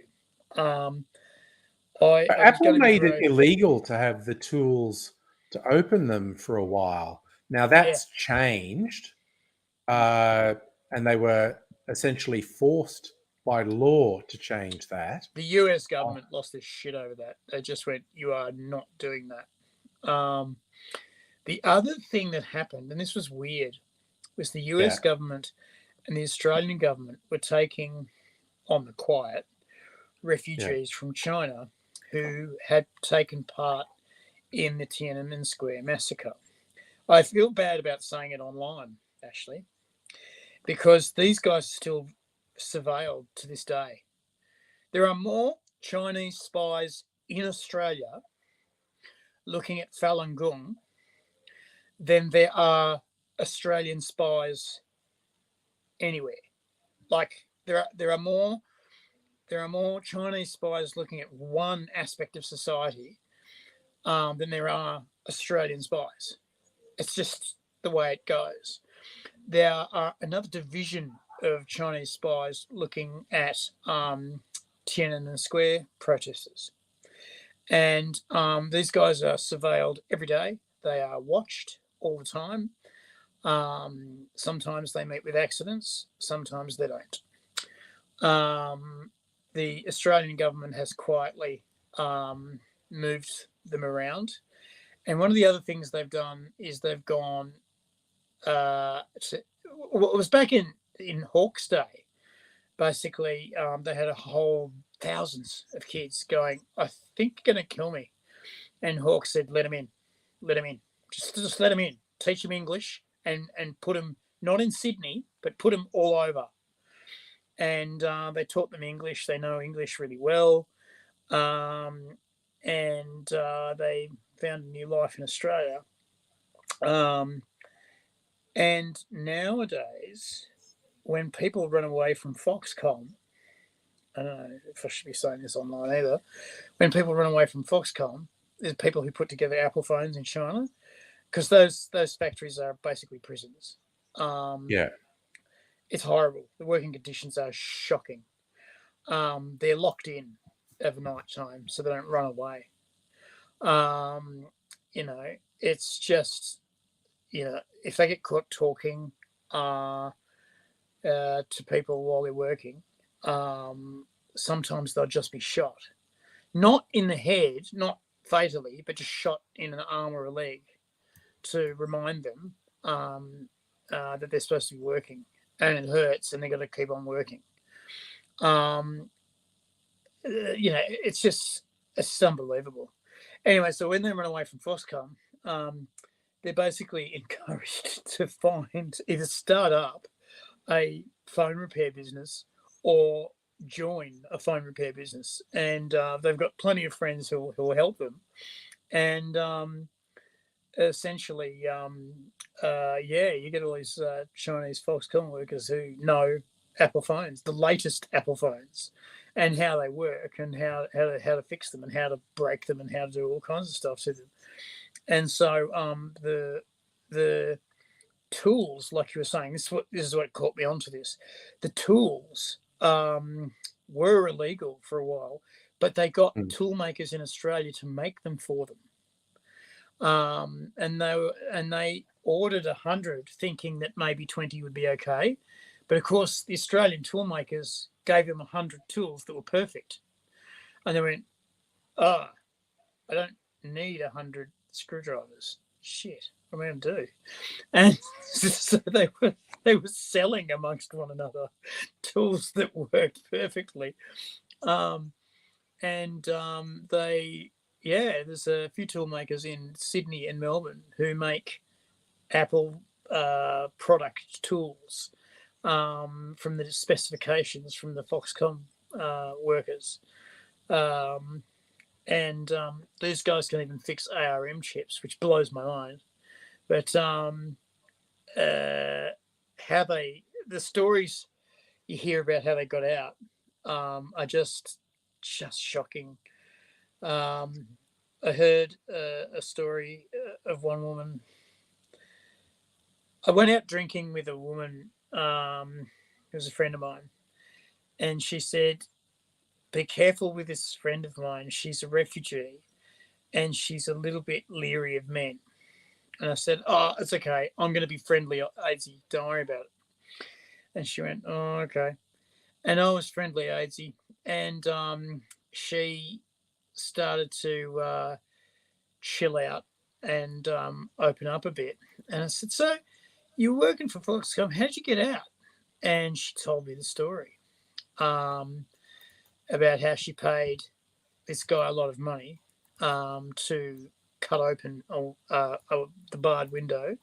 She jumped 3 stories to the ground and commando rolled out. She ran to the fence, the chain link fence, and used her jumper to evade the worst of the razor wire. Got cut anyway. And then she ran to the docks where there were 50 people and they all got put in a shipping container, right? It was a luxury deal because there was a porta potty in the shipping container for 50 people. For 50 people, they were locked in, and for a month and a half, they were shipped to Australia. No air, water occasionally thrown through the gaps in the fucking container, and basically no food. No, they had protein bars thrown through once a week, and they made it. 20 something like 15 people died, and 5 people died later. So half of the voyage died, like 20 people died, and so she goes to Australia and goes to the Australia House and says, "Oh hi, I might be here illegally. This is my story." Right? She's covered in crap, and they've gone, "Darling, you need a shower and a counsellor." Like they've gone, yeah, we think we know what's going on with you. So they got her a change of clothes. She said they were really nice. They got her a change of clothes and said, "Darling, if your story's not good, you know you're on a plane, don't you?" And she said, "If I do that, they'll kill me." And then they said, "Yeah, we know. So think about your story." And so she thought about her story and told just the truth. And they said, "Yeah, that'll do for refugee afraid for her life. Welcome to Australia, happy citizen. Here's your Medicare card. Here's your ID. Here's your passport. Don't surrender it to anyone. If you go to a hotel and they want your passport, don't give it to them. We don't do that in Australia. If the Chinese want to speak to you and they want you to go to a hotel and speak to them, don't, or do, but take the police with you, because you'll be surprised how quickly they want to get out of the room if the police are with you." And apparently she did that twice. Took the police with her to a hotel room where the Chinese wanted to speak to her, and the Chinese wanted out real quick. And the police went, no, hang out. We'll chat. It'll be great. The Chinese were going, no, meeting's over. What did you want to meet about? Oh, no, just some details. What details? No, that's okay. Everything's fine. No, tell me everything. You know, they're like shitting themselves and looking at her going, "You're fucked. We're going to fuck you up." The last thing the cops said apparently was, I was about to say a name, I'm not. This person is under our constant protection and surveillance. Maybe she should be left alone. And she hasn't had a word since. Yeah, back off or fuck off. I love that story. Like, taking the cops to the pressure interview and going, "Oh Christ, we're doing something highly illegal in a country that's not our own. We're not in the embassy. We're in a hotel. We could get arrested for being spies." And they could have easily been arrested for being spies, and they were, obviously. And they were shitting themselves. They were going, "We are going to get demoted. We are going to get fucking shot. As soon as we get off the plane, we're going to be put in a black prison." It's like, I just fucking laughed my ass out when she said that. And she said, "No one's laughed at that." And I went, "Yeah, because, of course it's funny, because basically now you're free. They're never going to bother you again, because they know that every time they push you, you're going to push back." And she went, "Yeah, I'm going to push back. Give me another beer. She got shattered. Man, my friend had to like carry her home. She was just a mess. Like, Pukesville, Alabama. These are not nice guys. You can tell. You really can tell. Some of them are Mexicans. Wow. That was bad. Well, I think they killed my. I think they killed your horse. I think they killed my horse, which means I'm going to have to go back to the previous save, but that's okay. That's okay, mate. Horses come and they turn into glue. Where's my fucking cigarette? It's up there. So, yeah. Oh, no, my horse is fine. Nice one. Come on, horsey. Let's go and kill some bad men. That was pretty unexpected, that whole you got ambushed, right? thing. Yeah, you got ambushed as. But don't you have only like a couple of specific targets in Red Dead Redemption? Yeah, that was a random encounter. That wasn't like a story encounter. I was just riding around and I was just slightly too slow to realize because the fucking sound isn't working on this. So I need Dr. Abigail to do a tech support thing here. Oh, nice. So Dr. Abigail has some food and he's then going to join, which would be nice. But yeah, next time I get Dr. Abigail do a tech support here, I have to work out this weird thing she did with setting up the sound on this laptop. There's a virtual mixing desk that she installed that I still don't really understand. Like you do virtual cables, you go input to output, output to input stuff. That's all virtual, and I honestly don't really understand it. So, it sounds like the porn that I watch. I know. I watch a bit of that with the old input to output and output to input. I tried to put an input to output the other day with the porn and electrocuted the shit out of myself. It wasn't. I tell you what, it's a German site. So, it reminded me of... I say, you know where you're at straight away if it's a German site. Yeah, there's a pumpkin involved. You won't know what that means. I'll tell you next time I see you. I was going to say something that was of import. Yes! Oh, fuck. This might be interesting. Or it might not, but I'll say it anyway. Okay. So I was listening while I was going to the doctor's today. Mm-hmm. I was listening to Adele, the singer. And I had one of my favourite concerts. Well, my favourite ever concert was an Adele concert given to me for my birthday by Boss of the House. And we were A-class seats right down on the pit up the front. Oh, fuck, it was awesome. And then Adele's first words were, after she sang 2 songs to steady her nerves, were, "Hello, Melbourne, fucking hot, innit?" And instantly we loved her. Like instantly. It was like the best pub gig you've ever gone to with 25,000 of your close personal friends.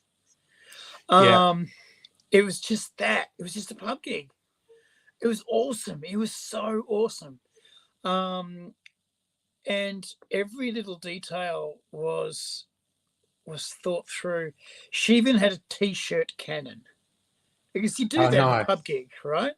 The T-shirt cannon had a T-shirt in it, but it also had $20 and a letter from her and $20 so you could have a drink on her. It's so sweet. And of course, in a couple of the songs, confetti rained down. On each piece of confetti was a message, like a printed message. So we counted up 12 messages that we could find, but there were probably more, probably 20. And they were all just sweet little things. it was just such a detailed thing. It was gorgeous. Now, that was 25. 25 was new, because she had gone to her record company and said, I have finished my album. It is time for those people and are having a nap. They're having a nap, and They're bad people, though. They're the local inbreds. Yes. God, is that someone's head or is that a rock? I think that's... Oh, it's a hat. It's a hat. You could have a hat. Look at that. I don't think that's a good hat. I don't think it suits me. Oh, this guy's having a sleep. If I get up there, have a sleep on the ground. I'm going to sell this wagon to someone. I think it's a fine idea. Is your horse going to come with you? I'll call it and see if it comes with me. It should, but this is just a right across the countryside thing while we're talking.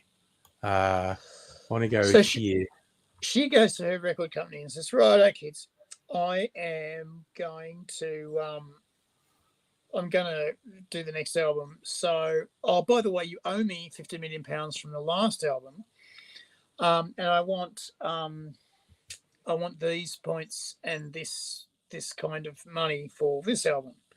And they laugh and go, "Well, you're not getting your £15 million because we don't feel like it, and we're not going to give you the same amount of money from before, and we're increasing the price." She said, "You've got to decrease the price because it's getting ridiculous. It's £35.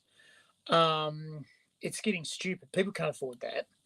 £35 is starting to get a third of people's wages. That's ridiculous. It's got to come down to £20 or £25 I could go to, which is still high." And they laughed and went, "No, we're the record company. We get to do what we want." And she went, "Yeah, I'm going to say this again. You're going to bring the price down to £25. I prefer 20, and you're going to promote it like this, and you're going to give me this much money now. You haven't given me in advance, and you also owe me £15 million. And they went, "With the record company, we have the dick, and you're just a singer." And she went, "Fuck you." And in her way, she stood up and walked out and said, "Meeting's over," and the band went with her. And the record company laughed because, they've got fucking her in the bag. She had chucked a rove in the last album. She bought herself. She bought her back catalogue from... and that's a huge thing, yes. Right? She bought her back catalogue and she bought her contract. And she paid a lot of money to do it. But she did it, right? And so she said, "Right, this is what we're going to fucking do. I've seen it done before. We're going to sell the album on the internet." And so she did her own promotion with a company. She went to a promotions company, and they went, "Adele, fuck, it's Adele. Yes, we'll promote your album. Do you want us to walk through fire and drink lava as well? Because we will." And they promoted the shit out of it, and released snippets. And of course, it was 25, so it was huge. And then she said, "Right, we're going to put it on the internet, and you can pay £10, £15, or £20, depending on what you think it's worth. You can listen to a low quality version first, and then when you pay the money, you can basically have the album downloaded to your device. If you want a CD, check the box and we'll send you one, but that'll cost you an extra 10 quid. And it went live on a certain day, and she'd gotten two tech guys to do, the tech side, the tech side. And they'd set up some servers to make this happen. And anyway, at 5 o'clock in the morning, they've rang her up and said, Miss Adele, we hope you're not angry, but we've had to make a couple of executive decisions which might cost you a bit of money. And they were like terrified they were going to get fired, right? They were just terrified. And then she said, what? And they said as soon as it went live, the servers crashed. Millions of people wanted the album, so we need more space. So we asked Google for more space. And Google said, we are more than happy to provide you space. And then Google said, the 4 blocks we've given you have fucking overheated. We're going to give you 4 more blocks. The 8 blocks we've given you have overheated. What the fuck are you selling? We're selling the Adele album. All right, we're going to put 6 more blocks and 4 more blocks on reserve. And they used them all on the first day. And they had to use 8 blocks for the first week. And basically the money just came rolling in. And of course, as you know, record companies take most of the cash. They sure do. Artists get fuck all, right? And Adele goes to the tech guys, okay, tell me what happened. And they explained, and she went, well, fair enough, you had to do it. That's okay. I'm not pissed at that. That's the thing that had to happen. What was the results? And they said, well, you got this back. And she looked at it and gone, fuck me. Is that real money? And I went, yeah, it's yours. That's yours. As in, we've taken all the costs out. That's yours. That's what you get. And because remember, she's already paid for the album. She's already made it with her own money. So she's got a gajillion pounds and gone, right, I think what we're going to do is go to the IRS because I didn't expect this and I don't know what they're going to charge me. And so she went to the IRS first and said, I didn't know it was going to be this big and it's this big. And they went, well done you. And the IRS spent the rest of the day working out how much refund she should have from her tax bill. Right. Because it's expensive to do stuff, and it's cost of business. And oh my God, you had to use Google. And because she was using Google, it was an export. And they said, you're in line for an export subsidy, right? And she went, really? And they went, yep. And then, of course, the real exports happened because a lot of people from around the world bought it. And the IRS sort of looked at it and went, we've made several £1 million today from you. The British people are very happy with you. And basically she walked away, tax done, tax free, with a lot of money in the bank. Her tours were self-funded. The tours brought in heaps of dough. Her grandchildren don't have to fucking work, put it that way. Anyway, her next album comes out and she goes, right, I know what to do now. She talks to Google and Google says, right, let's do this smart. What we're going to do is give you a house because they've got big fucking, data centers. What we're going to do is give you a house for you. And every time you use a block, we'll set the meter running. So as it surges forward and back, we can do that. And Google was nearly shitting itself because in the first day, the full house was being used and there was a slight delay. Wasn't a big delay, it was a slight delay, and they were going, fuck, we might have to get another house. But then it unsurged back a little bit, so it was okay. All the while, the record company's getting nothing.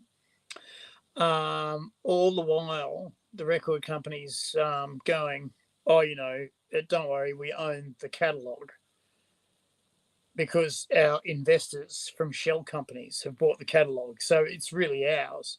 What they don't realise is she was the shell companies that quietly over, it was like the bit in Batman, the shell companies and the trusts bought the catalogue, and it was her. Exactly what Rove did, actually. Basically, this time she went straight to the IRS and said, okay, this is what's coming in. What do I do? And the IRS said, darling, you sell as much as you can. Please sell as much as you can, because the country needs schools and roads at the moment, and we need you to sell big time. And they, again, worked out the discount. Those shoes must cost 50,000, mustn't they? No, they're from Kmart. 50,000, I think. So like, and I said, you went on tour, didn't you? Well, that's expensive. So they basically, she said the IRS was lovely. And then the money came trickling in and plopped in her bank account. And her accountant said, we've got to do something with this cash because it's going to break. And hello, Rat Bags. Hello, Queen. Hello, Kirsten. And so the bank split up the cash, put a bit of it in trust, put a bit of it in tour funding, put a bit of it in running around money, and put a lot of it in just fucking investments and blah blah blah. And essentially it was smooth as. Then the record company, Chief Capster and Mr. Ozzy, that's me. Chief Rapscallion. There you go. And basically the record company rolls in and says, righto, where's our cut? And the IRS, this is the bit that blew my mind, because I was waiting for doctors all day, so I was reading this online. Basically the IRS comes in and says, where's our cash? Sorry, the record company comes in and says, where's our cash? And Adele says, well, you're not actually getting any, and you're still owe me 15 million pounds. And the IRS goes, yeah, you also owe us 60 million pounds, which you haven't paid for quite some time, and we're getting quite tired of that. We also add interest to our non-payment of tax, so it's actually up to about 95 million pounds. So if you want to pay the nice lady 15 million pounds, yeah, but we own the back catalogue, so we will take our points, thank you, and we'll pay it out of that. And then they got rudely assured by several solicitors and the IRS, no, you don't own the back catalogue. You have ignored where the back catalogue was going, and you essentially owe this woman 15 million pounds, and we think you probably owe her 25 now. And they said, oh, you can't do that. And the IRS said, we are the IRS. We have more powers than the police. You're going to do what we say, or we're going to just take it out of your account. And the record company said, oh, you can't, you blah, blah, blah, blah, blah. And so the IRS said, oh, you've been rude to us. Oh, that was the last thing you should have done. So they raided their account. They just basically raided their account and took 120 million pounds out of their account. Found out that they were trading insolvent twice the year before, and 3 of them went to jail. And the people who lost the Adele account got fired. Right? Like, just fired. And in the music biz, if you can resign in disgrace, but if you're dismissed, you're gone and it's over. You're screwed. And what the big sin was they lost the catalog, because the catalog is worth billions. She, this is Adele, basically made a deal with Spotify to make an official version of herself, and to let punters make their own curated list of Adele songs. Now, every Adele song that's played on Spotify is like, I think it's £5.50 goes to Adele, right?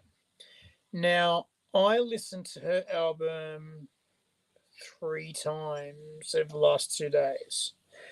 No, 3 albums over the last 3 days. And if you think about just me, as you know, the indie label for UK called Dirty Hit. I listen to several bands, Sergeant, and great video clips, seem they have a lot of cash. I have heard of them, Heine. I haven't. But I haven't seen their stuff, and I think, if memory serves, they were the guys who were formed from Fine Young Cannibals. Not Fine Young Cannibals themselves, but the people who pushed Fine Young Cannibals turned into Dirty Hit. That was London Records back in the day. Yeah. I think they split off because the London Records didn't want Fine Young Cannibals, and they said, no, this is going to be good. Then they got the Dutch dance troupe in to do Drives Me Crazy. That went number 1 for 3 weeks. Went number 1 around several places in the world. Went number 1 here. Went number 1 in Britain, and went number 1 in South Africa, and went number 1 in America for 2 days. In 2 days, number 1 in America is enough. Trust me. Yeah, never work again. Yeah. Anyway, so that's, and Dirty Hit is, as I understand it, known for their clips being pretty fucking cool. So yeah, essentially the IRS got really snarky on this record label and record company, I should say. They weren't label; they were the overarching parent. Yeah, I'm not going to say who it is because I don't want to get fucking sued by them. You would recognize them if you were in Studio 4 in Bathurst. You know who I'm talking about. You know exactly who I'm talking about. Think about a red and orange gradient label. Think about who they were. Horrible music, horrible people. Anyway, another station that me and Angry No used to play their stuff all the time on high rotation. It was enough to make you want to kill yourself. So they got done for 125 million pounds. They got jailed. They got fired. And it was just great watching Adele lord above it all, going, you tried to keep me down, and I'll have my £50 million, thanks. But they gave her much more. It was like 25 or 20 or 30 million pounds. They're like, IRS said, no, there's interest on that. Tax free, there you go. And away you go. So because she's so successful, and because her model is so successful, there are so many more bands doing it that way, not going through the record company anymore. Labels, yes, they are going through labels, but the labels are basically in charge of going to Google and say, can we have a couple of blocks to sell, on the first couple of days. And Google are always happy to sell you space on their, on their bloody on their servers. Oh yeah, always happy to do that. And Google's even thinking about going, maybe we should make this a thing, because they've got a partnership with Spotify. Spotify has its own servers, but they occasionally blow out, and Google jumps in and helps. Yeah, it's an interesting world. Food has been consumed. If I may be allowed to eat Subway cookies on stream, could I please have a link? Well, that's up to Of course. the good I was angry. just letting you know, AZ, that Dr. Abigail's going to join us.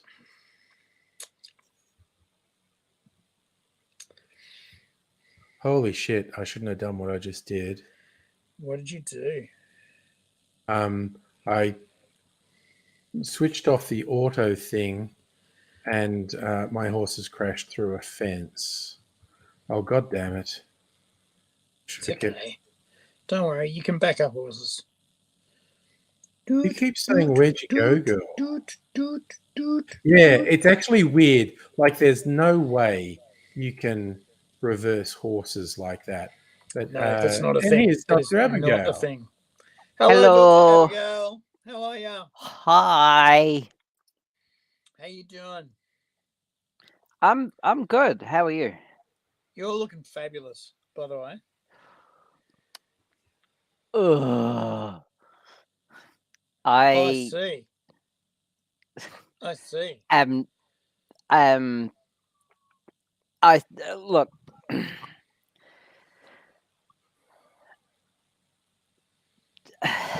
Words just aren't coming. I can do words for you. The first words I'm going to do is angry. That hat never looked good. I suggest losing the hat. You don't like the hat? Well, what I should do, what I should do is ride around. It suits the beard. Yeah, he looks like a Cossack. Ride around until I see someone who is wearing a hat I like, and then murder them for their hat. I was going to say, who is asleep wearing a hat you like? No, they can be. Have either of you seen my duck-shaped hole punch? The what? Anyway, I have a duck-shaped hole punch. What are you laughing at?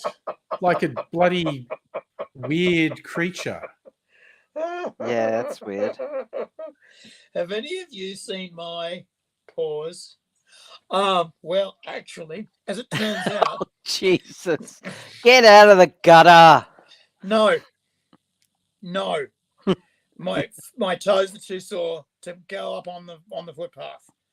And besides, have any of you seen my duck-shaped hole punch? No. It's about this big. It's blue. It makes little holes shaped like ducks. Well, I guess it would fucking make holes shaped like ducks because it's a duck-shaped hole punch. Listen, if I'd have seen your duck-shaped hole punch, fuck, I look like shit. If I'd have seen your duck-shaped hole punch, I would have said, Dr. Abigail, your duck-shaped hole punch is sitting neatly on the noun next to the noun, trying to make duck holes in the noun. That's what I would have said. Yeah. Well, I don't know where it's gone. Is that a hammer behind you? Is that a hammer behind me? You? Behind you, there is a picture of a hammer. It's a duck. It's a flying duck. It's a duck. Oh, it's a flying duck with its wings down, not up. Yeah. It's doing that. See? See, fuck you. You look good. So we've got like shit. I'm fucking angry now. I'm going to take more drugs. We've got a duck, and we've got the island of Numenor, and well, I don't know what the island of Numenor is. It's Tolkien stuff. Well, Tolkien was a shit storyteller because I watched the second movie of fucking what do they call it, Lord of the Rings, and it was that was fucking hobbits go through a dark fucking tunnel for 2.5 hours and do nothing. And that's not really Tolkien if it's in the movie. fucking The have my second the strung the up on two my towers balls. deviated from the books the most, and I Yeah. have this QR code Yeah. which I dare you to scan and go to the URL. I 3D Alright. printed this QR It's too code. blurry for me. I'm sorry. Nonsense. The camera is All right, focusing on it. well, let's fucking give it a go. Okay, so What is it? camera, bang. Okay, there. That's what I want. And anyone else Yeah, in it the worked for stream who me. wants to scan that.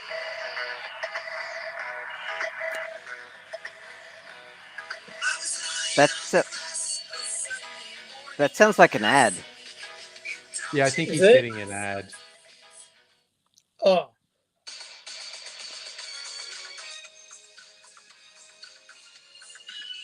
You got rickrolled.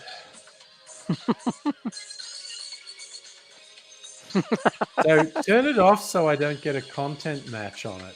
Yeah. I don't know how to turn it off. Get off. Just it's on YouTube. Hit stop. Stop. Or Stop. just turn your phone off.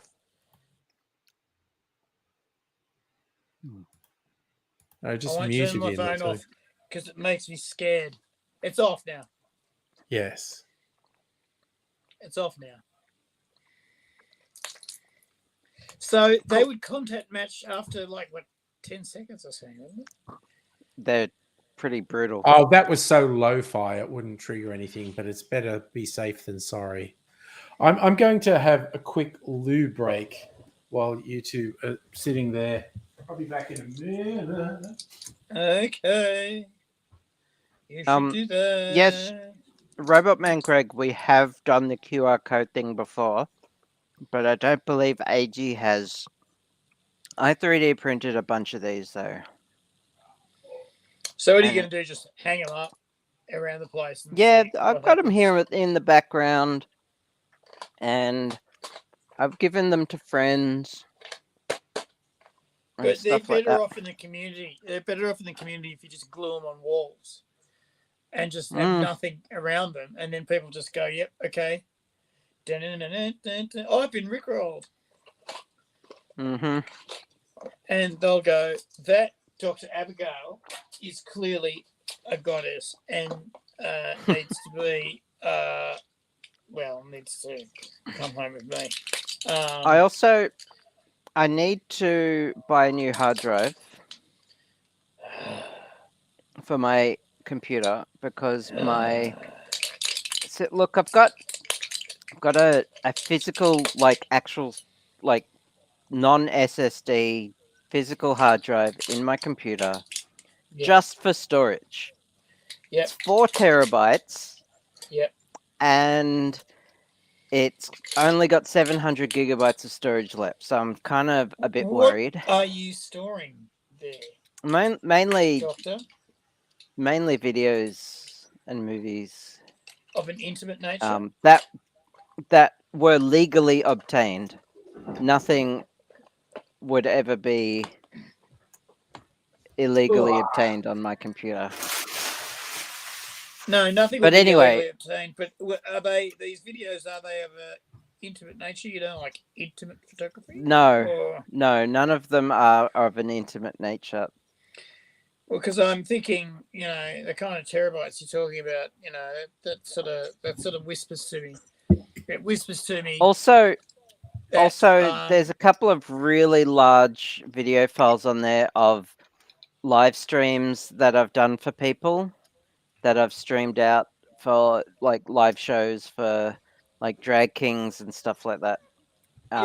During the lockdowns, during the pandemic.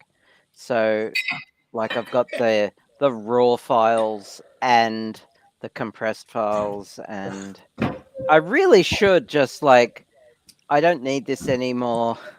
I've got like one file is 10 gigabytes and it's the 2021 Melbourne AFL grand final.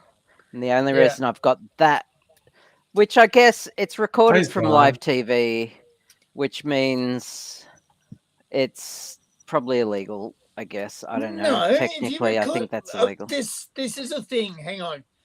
But the only did reason I have that is because I dated someone who was into football, and the Melbourne Demons won, and which and no all one that. expected. No one expected, and it was obviously a deal with the devil. Yes, but Basically, that was I the weirdest always had sound ever.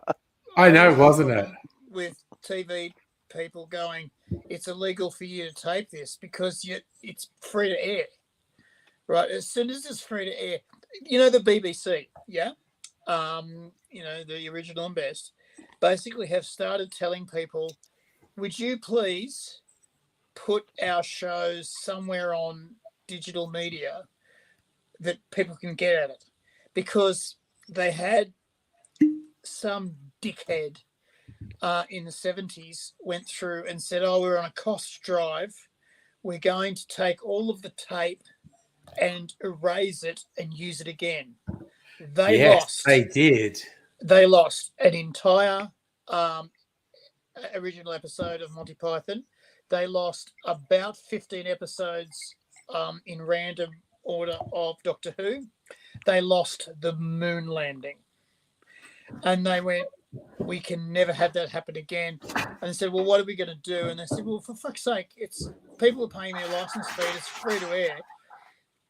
If they take it off their computer and just put it on YouTube or on bloody on a hard drive, when we need it again, because we can clean it up, because the BBC Stereophonic Workshop is fucking amazing.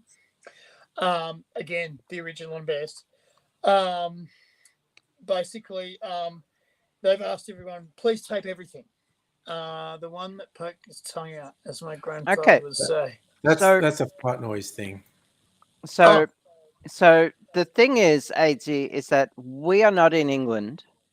Yeah. And here in Australia, I believe it is still it's an anachronistic law.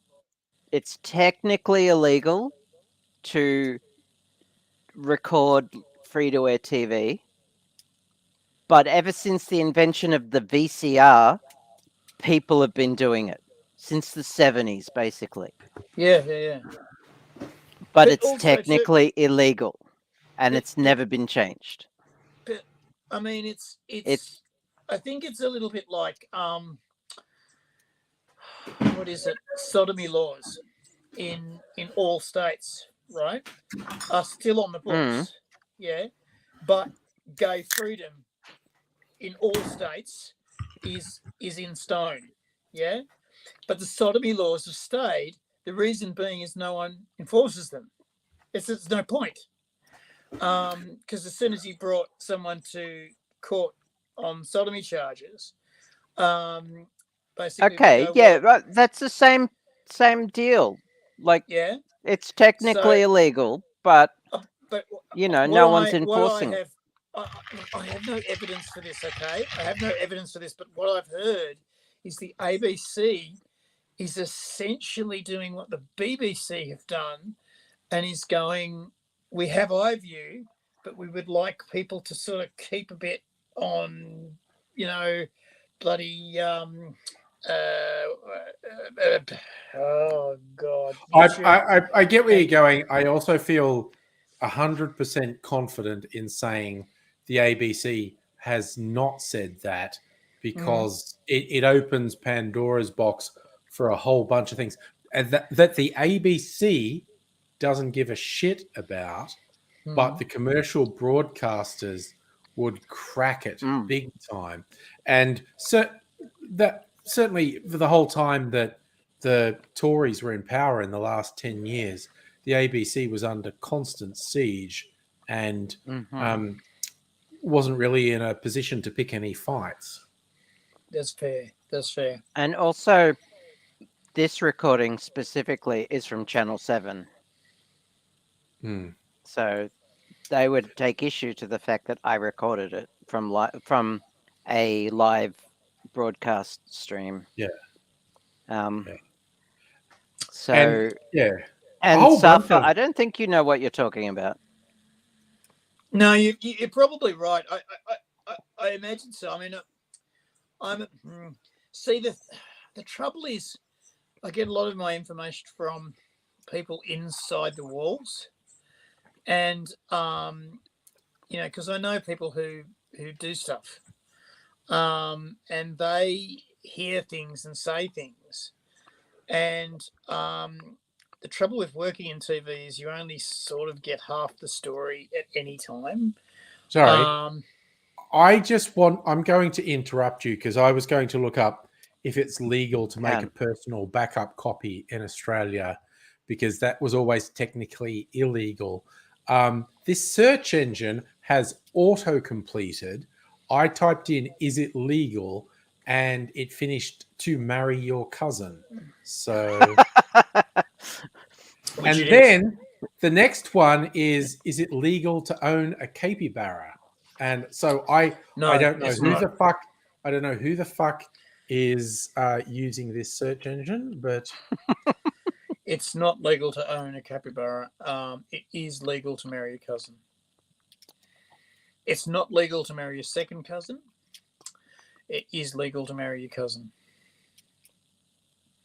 How do they like your cousin? Your second cousin is your cousin. So how can it be Your legal second to marry your cousin, your second cousin, you're not allowed to marry. Your Yeah. first cousin, you are allowed to marry. How is that a thing? Because it's in the Bible. If you read it occasionally, you'll know these things. It says so there in black and white, in various different languages, quite See, openly and plainly. my copy of the Bible is it's called the Silmarillion, and there's nothing about cousins in there. sorry, again, I just want to bring up Tolkien and whatnot. I think you would have seen the meme I put on Discord, Dr. Abigail, but I liked it because it was like a double meta meme, which is my favorite sort. The base image was actually from Avengers Endgame with Scarlet Witch abusing Thanos, saying, "You took everything from me." And Thanos' reply is, "I don't even know who you are." And someone had put the faces over it. And one's the elf lady from the Hobbit movies, and she's doing her rant about love. If this is love, I don't want it. It's awful. And then instead of Thanos, it's Tolkien saying, "I don't even know who you are," which again, that it's like 4 layers deep meta memeing there, which I very much I fucking love. Yeah.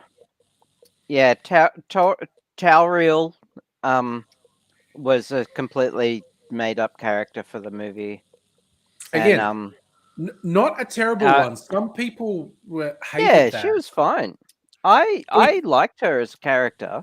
If they had made 1 2-hour movie of The Hobbit and put that side stuff in with Tauriel and whatnot, I think it probably would have been a very good movie. Okay, so my take on it is that I think a trilogy of The Hobbit is as a concept is fine, but the way they went about it, even like with all the stuff, all the like appendices stuff from the Lord of the Rings in there, is awesome. I love that shit. Yeah. I think CG dwarves doing whirlwinds and love interests between the elf and the dwarf and robot elf armies and all that shit ruined it. It was awful. The river scene in the barrels Yeah. was awful. That shit ruined it. It could have been a great trilogy It could have been really good, but there was so much studio interference, and everyone There's a lot of studio involved interference. was tired. Everyone was from Peter Jackson down was just tired, and they just got interfered with so much That sounds by rude. the studio No, that just wanted he's the right. cash grab. He's right. Interfere is right. They really did interfere in the dirty way. The studio. I've heard Peter Jackson talk about this, and he was so pissed off at what the studio was doing. He was in the process of selling his computer to wet a computer to make to get a new one before the movie was even finished, and his crew was going, dude, we've got to finish the movie. You can't sell a computer yet. We've got to finish the movie. And he said, I don't fucking care. I am so over this shit. And then he went. Everyone involved was over it. And then he went and lost 50 kilos almost immediately, which terrified me. It was weird. There was this big fat Peter Jackson, and then he thinned right down. It was like a He week. did get quite skinny, yeah. It was mental health issues.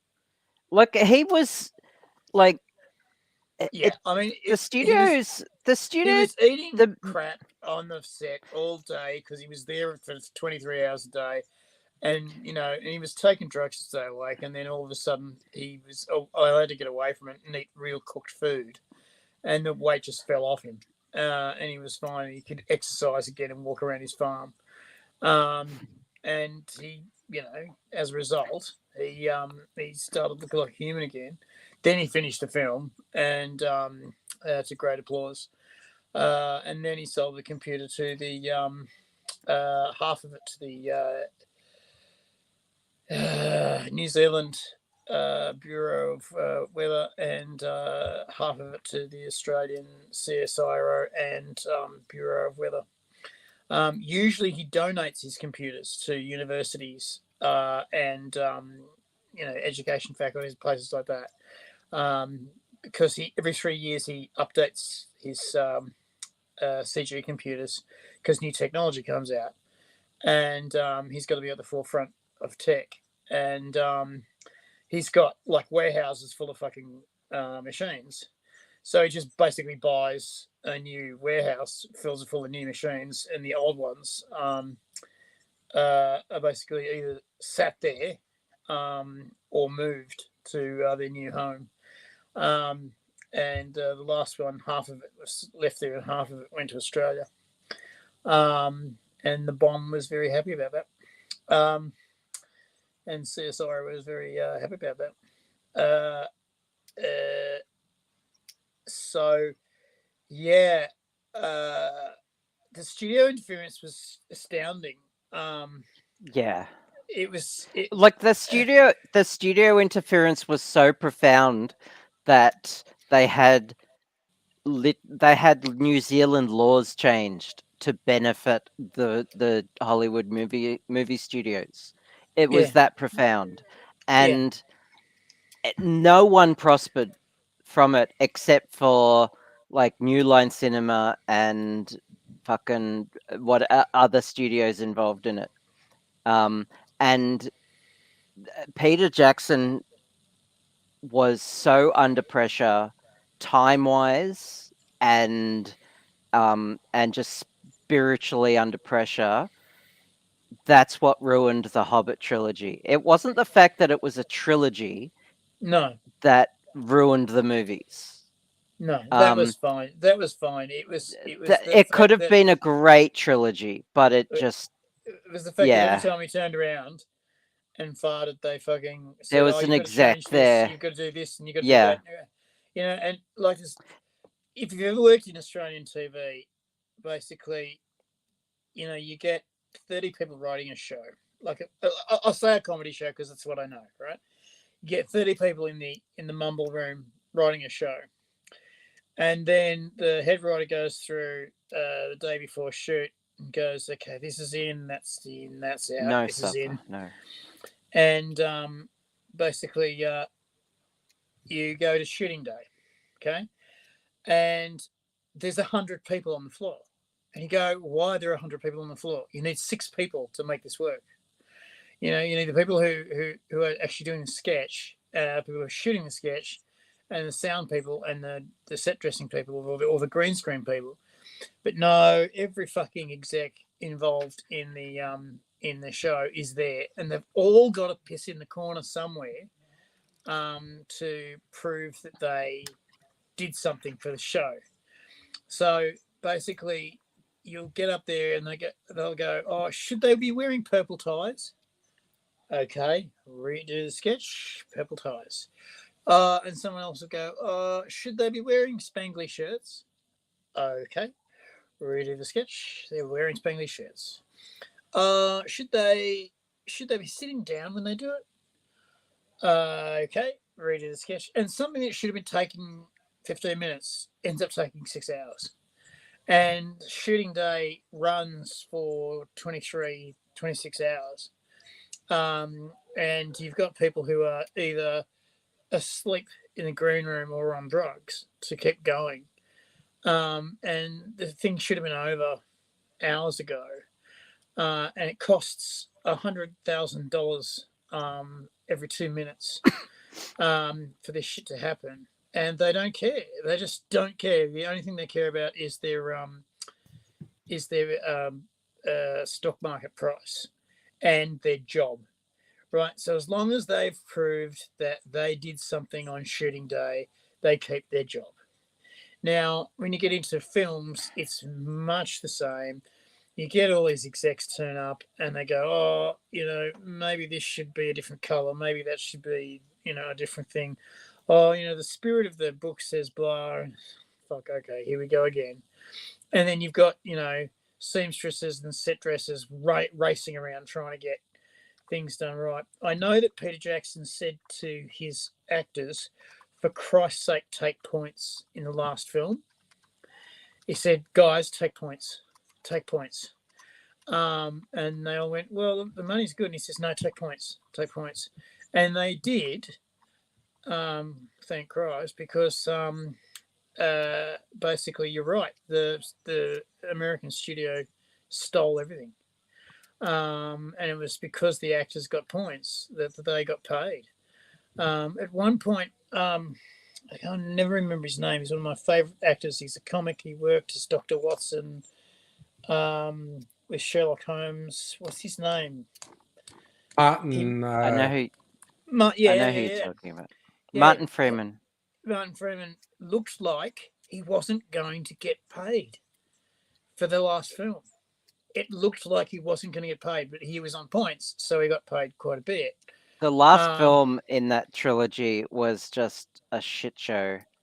Yeah. It was awful. And it's because everyone working on it was just so tired. And just like emotionally drained and over it. They didn't have to be emotionally drained because Jackson is very careful about getting actors who aren't method. He's very careful about getting actors who act, not people who have to be method. Yeah. People who have to be the Joker. He gets people who can do their act and then laugh after it, and then do their act and then laugh after it, because it's just acting. Like Laurence Olivier said, try acting, dear boy. It's so much easier. It's and he's really careful about that. And they were emotionally drained, and they weren't emotionally drained from the film because it was their job, and they knew their job, and they did their job well. It's just that they had to do their job 15 fucking times differently because some dickhead said, "Do your job differently. Do your job differentently." And the reshoots, the whole, so many reshoots, and that's what brought this up. The whole Toriel, love, story with the dwarf, was a reshoot. Lily Evangeline, when she agreed to do the role, like expressly made it clear that she did not want to do any kind of love interest.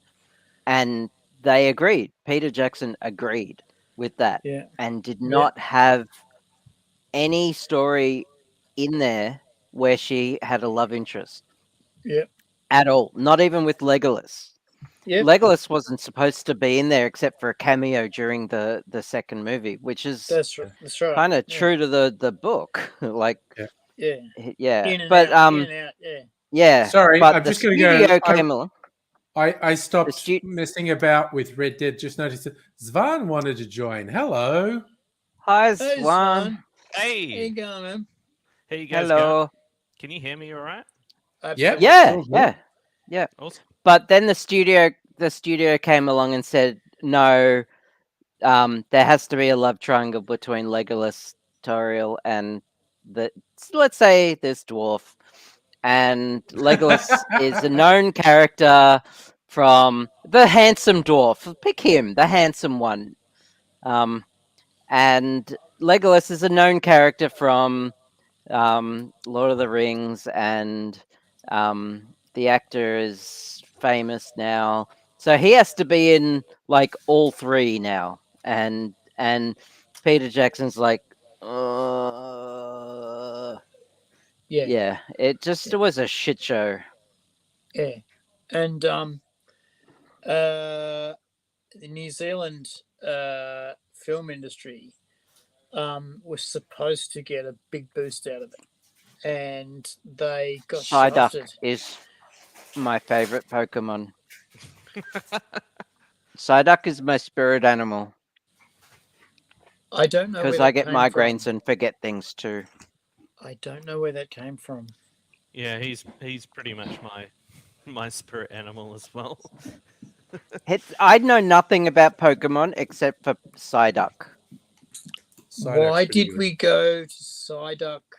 It's from on where we Zvan's were? shirt. Oh, right. Okay, thank you. Hmm. I missed that. Thank you, Svan. I I was going to say that Peter Jackson has done guerrilla films. He's done films with no budget. He's done basically a porn with puppets. Lying in the Fall Crying Song. Oh, I think it's either Fire in the Rain or Hello. Yeah, it's an Adele song. What do you do when you fall in love? I have Get on the piss have and this sitting on my shelf. and sing Adele songs. What do And you do it's when you got fall out of love? a Psyduck in there. Here you go. Yeah. Little Psyduck.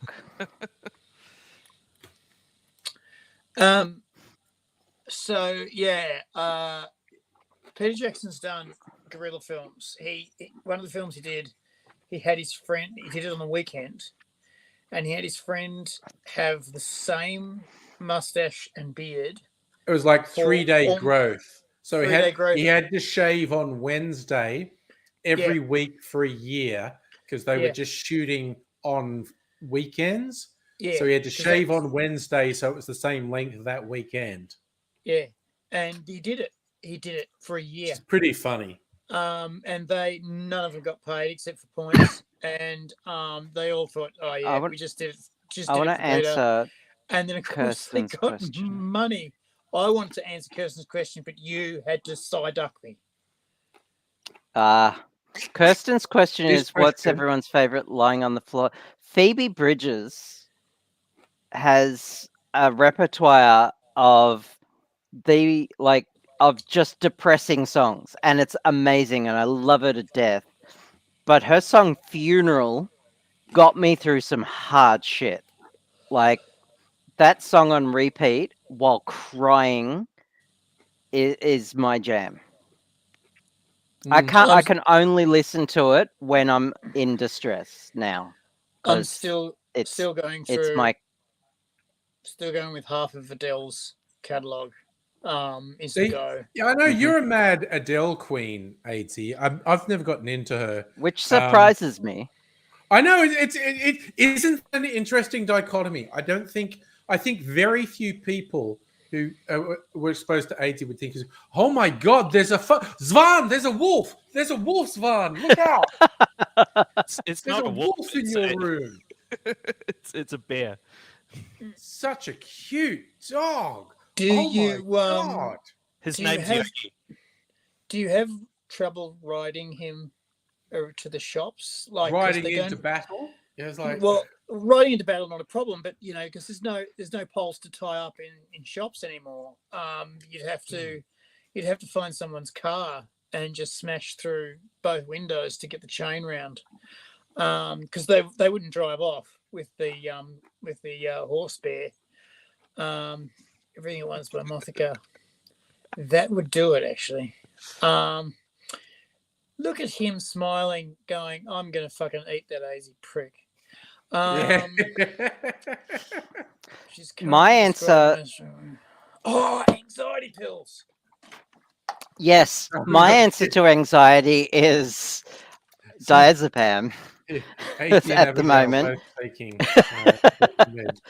But my answer to recent trauma was Phoebe Bridges on just Yeah. that, like the first couple of nights, just one song, Funeral. For the first couple of weeks, just her entire catalog. And Yeah. then I could branch out a little bit after that. I had some And very Funeral is a genuinely depressing song. had It's some very, it's very bad things happened to me when I was young. Fuck it. I got gang raped 6 times as it was. And when I had finally sorted that out, I was in the car with my folks, and Depeche Mode's People Are People came on the radio. I burst into tears. And my old man and my brother were in the car going, "What the fuck is wrong with you?" And I couldn't say, "Well, I got gang raped 6 times." It was awkward. I just lost it. And trying to put it back together before we got to where we were going was really tricky. But it was just that moment in that time. But Adele is the thing that I lie down and cry to. I have a whole Spotify playlist of songs I listen to when I need to lay down and cry. Oh wow. It's I the will best send you a way. link. It's the I best can way. send you a link if you would like, Kirsten, because it's got some pretty depressing songs on it, and Fucking it's so cathartic. send me the I'll put fucking it on link. the stream. I'll put a link to it on the stream. I Yeah, really do it. want to, if that's okay. Yeah, do it. I Do really it, want to do it. listen to I'd this like to hear Mothica song. So it's literally called Depressing. That's all it's called. Depressing. And yeah, where do I?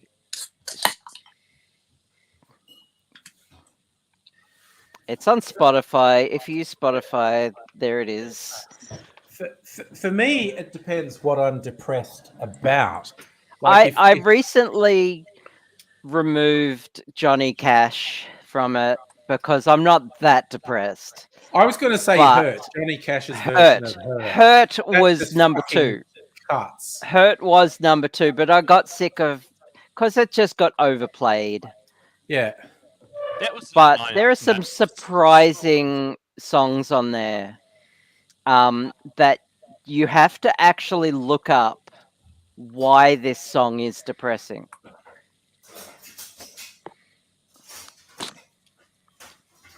To find out why it's on this playlist. Yeah, but as I was saying, is But it the anyway, have at it. cover. Sorry? Didn't Johnny Cash do a cover of "Hurt" from Nine Inch Nails? Yes. Trent Reznor actually went on record saying when he released Hurt, he said, "This song is so personal to me. I don't think anyone could ever do a cover of this song. It's just such a deeply personal song." And then Johnny Cash just said, "Hold my beer," and Yeah. did the most personal song. Yeah. And Trent Reznor was just flabbergasted and said, "No, Goosebumps, man, you Yeah. owned it." Yeah, Yeah. he did. If anyone could do Absolutely. it, Bit of cover. He absolutely it's did. like both the original and the cover are brilliant and deeply personal, and Yeah. yeah. And the Kermit the Frog version is still my favorite. There's a Kermit the Frog version. I haven't watched that one. The Kermit the Frog version is piss funny because it's actually Kermit the Frog shooting up heroin. No, Oh, it's God. not. You're making it up Jesus. now. No, it's brilliant. Yes, It you is are. Totally fucking brilliant. The Kermit the Frog version of Hurt is amazing. Yeah, so it's not Kermit. If you're saying that, it's like someone's done a thing and stuck it up on YouTube or whatever. Yeah. It's not fucking actually the fucking children's television workshop. It's somebody's got a Kermit the Frog doll and made a clip with Hurt, and it's got Kermit hurting himself today. Yeah. And done a wonderful job. But yes, no, Johnny Cash really owned that song. Yeah. To the point where, yeah, you're right. Trent Reznor turned around and went, yeah, that's the go. And because he had said previously, no one can do this. Yeah. And the boss turned around and said, I think I'll have a shot. There's some good stuff on YouTube. That's basically the people who produced the Johnny Cash thing and how they were just in shock. They were blown away, and telling the story of when they took the tape into a studio and played it to Trent Reznor, and I was just like, whoa. And also the clip, because it's all like in the clip, the Johnny Cash land, which had been shut down and was falling into ruin, and June's there in a shot looking at him sadly, and they were both of them were dead within a year of shooting that. And that clip fucking cuts me every time I watch it. Yeah, because and Johnny Cash knew he was dying, but June didn't. June didn't know she was dying. June, they say, June died of a broken heart, and I believe it. Frankly, I believe it. She'd been with that guy through all of his shit, through all of the shitty things he'd done. Several decades of darkness, several decades, and he picked himself up for the last half of his life. He picked his shit up, and it was okay, right? But she adored him, and he still had it. He had it right up until the end, but he was definitely dying. He knew he was gone. And the only difference between the Trent Reznor version and the Johnny Cash version is Johnny Cash says, "You can have my crown of shit." And then Johnny Cash says crown of thorns. Crown of dirt. Johnny Cash says crown of thorns, and Trent Reznor says crown of shit. But there's another one where he goes, it's something about dirt, or kingdom of dirt, or something like that. No, and they sing the song lyric, "You can have it all, my empire of dirt. I will let you down. I will make you hurt." The only lyric that's different is Trent Reznor says, "My crown of shit," and Johnny Cash says, "My crown of thorns." Okay. All right. I'll check it out. Also, just as a by the by, I picked this up today because I'd heard a bit about it. This is a special cola made by Fever-Tree. They call it Distiller's Cola. It's supposed to be a very special natural cola nut flavors and herbs and things that goes with high-end spirits. And I think if Kirsten's not lying on the floor crying at the moment and still paying attention, I decided to do a rum and cola with the Fever Tree Distillers Cola and the Archie Rose Fancy Molasses Rum, which is one of my favorite. And I don't know if it just sucked me in by calling it Fancy Molasses. And when I want to be a fancy boy, I'm going to have fancy molasses. I'm going to have but it is fancy very molasses. nice rum. Well, I've re-added Johnny Cash's Hurt Right. to my depression playlist, but it's at the end. And another one for me, I'm gonna leave it there. Is The Streets Dry Your Eyes, Mate? Okay. I was listening to that album when I first started going out with Mrs. Angry. That's an old album now. And as we were driving around once, Dry Your Eyes. The album was playing and that song came on, and I said, look, not to put any pressure on you, but if you dumped me, I would play this on repeat for several months non-stop. How old were you when you said that? Well, that was 18 years ago. So you weren't a teenager? Because that's quite a teenager thing to say. Oh, well, I mean, I was joking, but okay. But one of the many reasons I like that is to me, it's really about a young man who's very inarticulate and he's trying to express, wait, this girl's cutting me dead and she's not feeling any emotion and I'm torn to fucking pieces inside. And she's just gone, no, it's done, we're over. And I'm like, no, wait. And she's absolutely dispassionate. And he's this young, inarticulate man going, wait, why am I torn to pieces now and you're all together?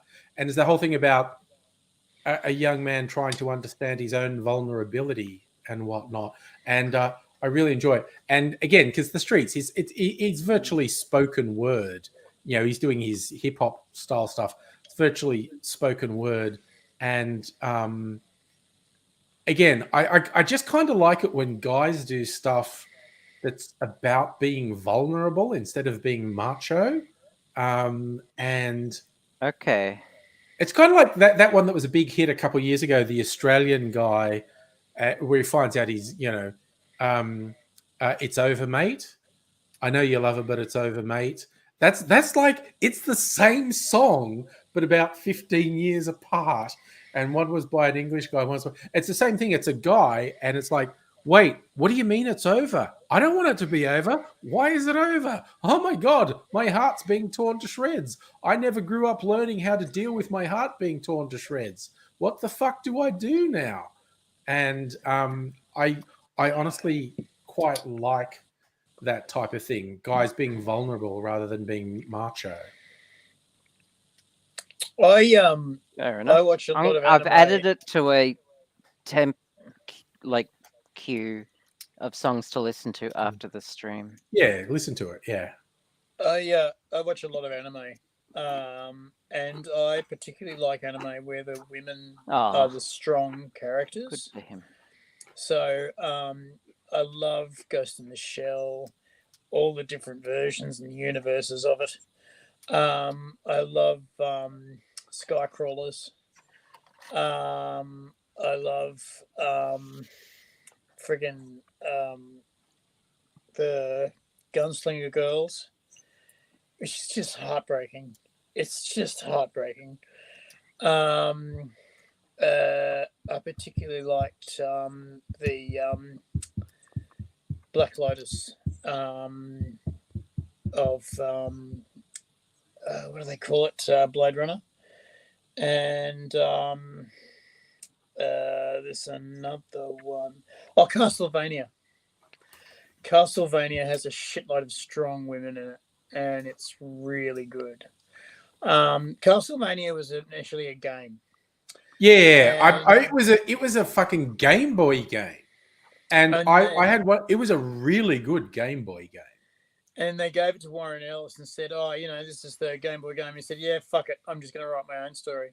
Yeah, Warren Ellis had literally never played the game and had no familiarity with it. They just told him the characters and their history, and he went, "Yeah, I've got it," and then he did have it, and it's good. It's so good. You know, you just watch it and go, "Oh, come on, that's not right. That's not fair." It's a bit like watching Game of Thrones and go, "Okay, don't get in love with any of the characters. Don't get in love with any of the characters. Don't get in love with any of the characters," because you know, and the human cruelty that goes through this thing is just insane. They also did Warren Ellis's Freak Angels. Now that was a good show, good webcomic. It was a good webcomic, and had a lot more room, but the movie did a pretty good job. I didn't know there was a movie of it. Netflix. There's a movie of Freak Angels, and it's actually pretty good. It's really compact, and a lot of the stuff that makes Freak Angels is gone, but the actual guts of it's there. The feel of it's there. It's a Crunchyroll series. Okay. Oh, sorry, Crunchyroll. Yeah. With no toes, I've had some time to watch some videos. Yeah, okay. Warren Ellis, I'm just going. Warren Ellis somewhat diminished himself when it came out. I also don't know how he managed it, because he's older than me, but for more than a decade, he was basically setting up sex partners around the world and not telling them about each other. And it was all consensual, but it was dodgy because he wasn't telling any of them that there was someone else. And he somehow was juggling like half a dozen sex partners at the same time when none of them knew about any of us. And that's where it's dodgy, where he wasn't honest. And but at the very least, everything he did was consensual. He was just lying to them because most of them thought they were the only one.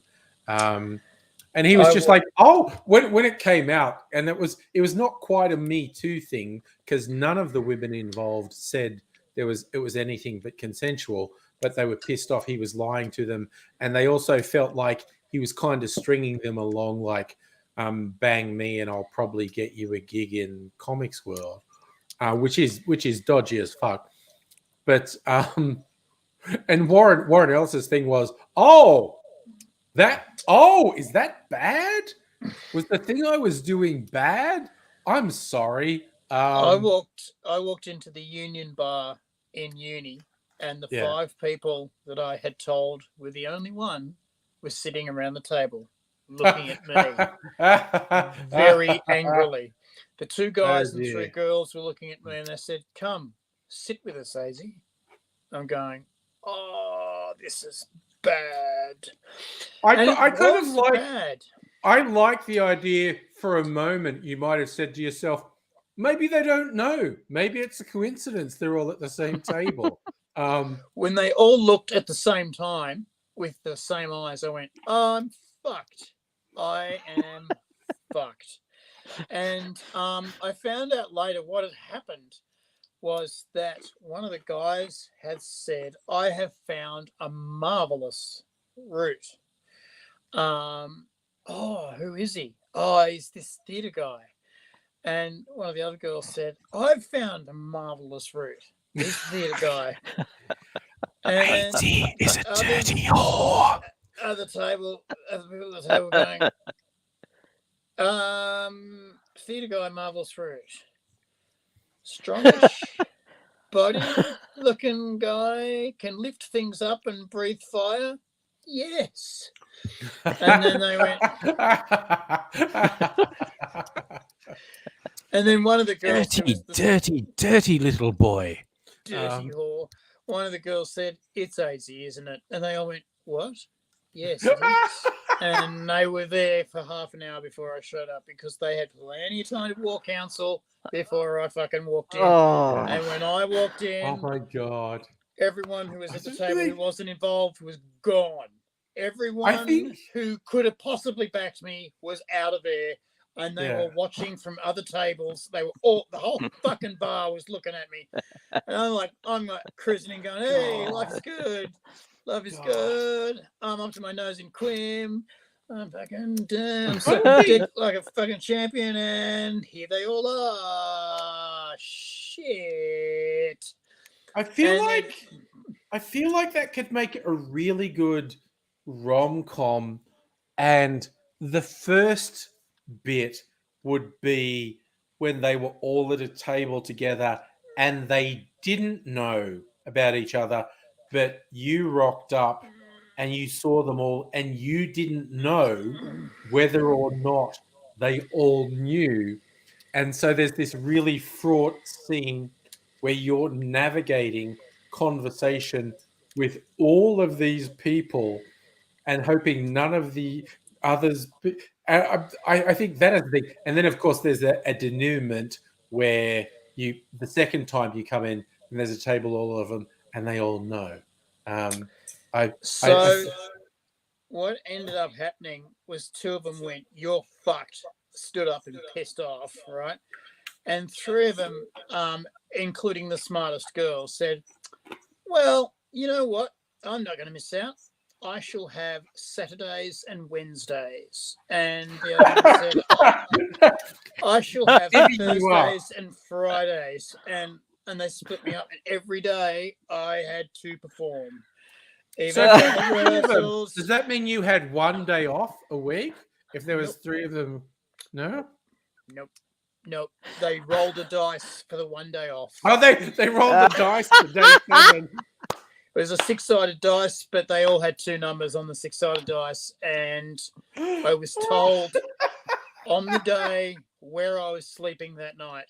And this went on for 3 fucking months before I was going, I've got to do essays and I must sleep after rehearsals, because the rehearsals go to 11 and 12 o'clock at night. God.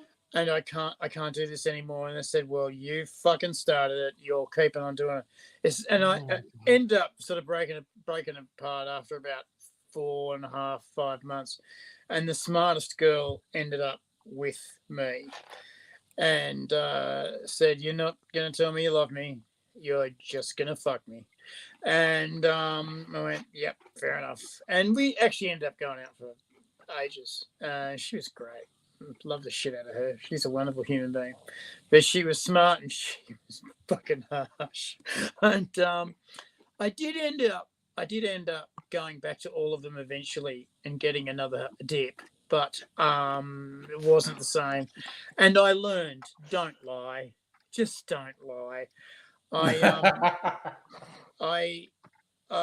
was in a situation where I was with a lady. And she asked me if I had been with another lady, and I said yes I had. And she started throwing things at me and crying, and she was pissed off. And I said, "You are really angry at me right now, and I can tell that. Do you want to talk, or do you want me to fuck off, or what do you want?" And she said, "You can fuck off." And I went, "Okay, I'll go. I'm more than happy to talk at any time, okay?"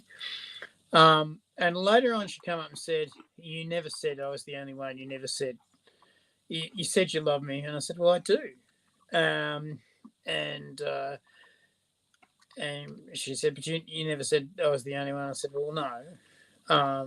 But, you're fabulous. You are a fabulous human being. If you want monogamy, you'll get it. And you will revel in it." And she did. She got married 3 years later, and to a really good guy. And it was we got on really well after that. And I learned, just don't fucking lie. If you're gonna fuck several people at once, just don't lie. You can, just don't lie. And because I was bi, I always told my partners that I was bi, because some people don't like that. And especially in the 80s, they didn't like that. And it was kind of new in the 80s.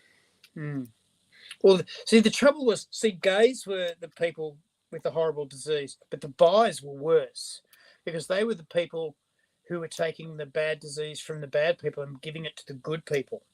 So the bis were the worst people in the world.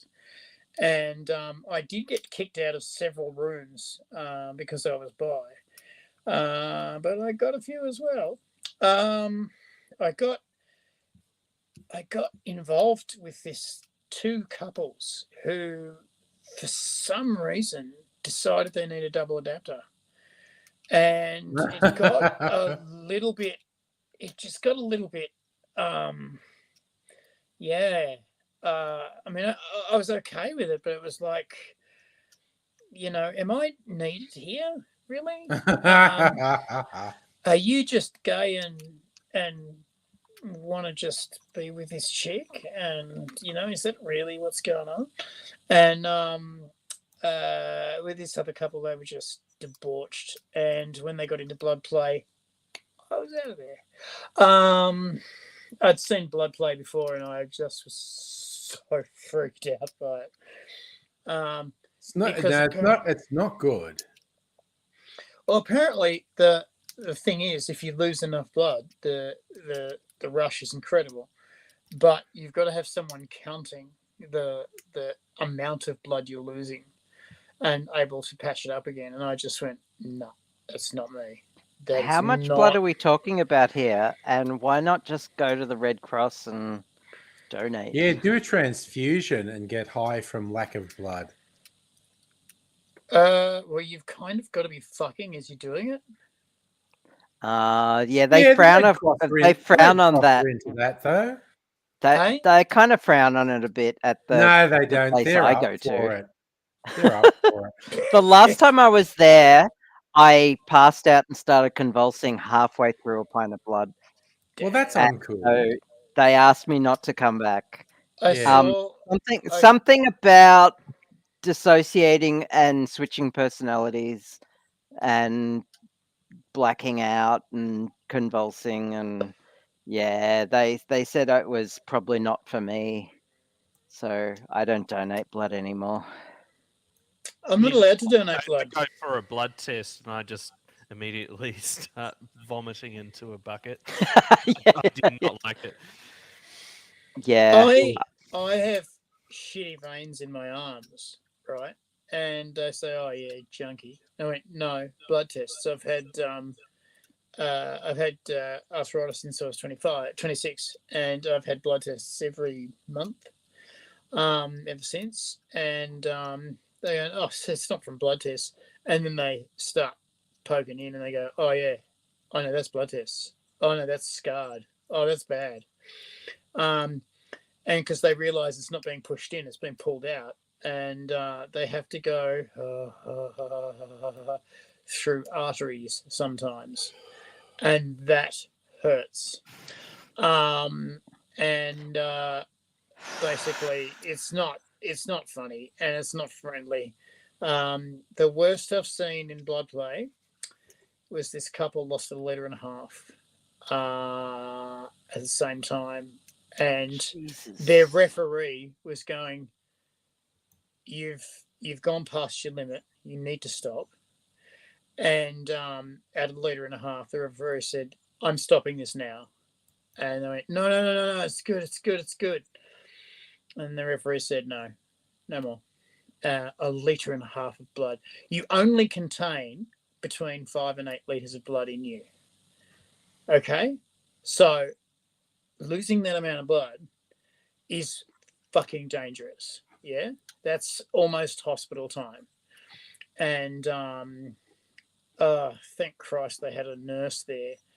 I don't know why she did it. She had this needle that was able to catheterize into these people's veins, like, because I've seen blood play where they just cut themselves, and it's like, oh, come on. Okay, I need to tune out now. I'm done. I'm stopping. I can't do this. But it was bad anyway. Okay. Yeah. But I've Sorry. also seen choke play, which was interesting. Okay, look. No, I can't. None of that? What No did it more. change topic? I Can't you can't. understand? I'm stopping that as well. Just don't do anything extreme. Right. Okay. I guess our versions of extreme are different. Well, yes. Let's just talk about. I didn't even know what blood play was. You don't need to. You don't need to go there. Really. It's something I've avoided. But I don't want to continue the subject. Let's go back to anime. Yeah, absolutely.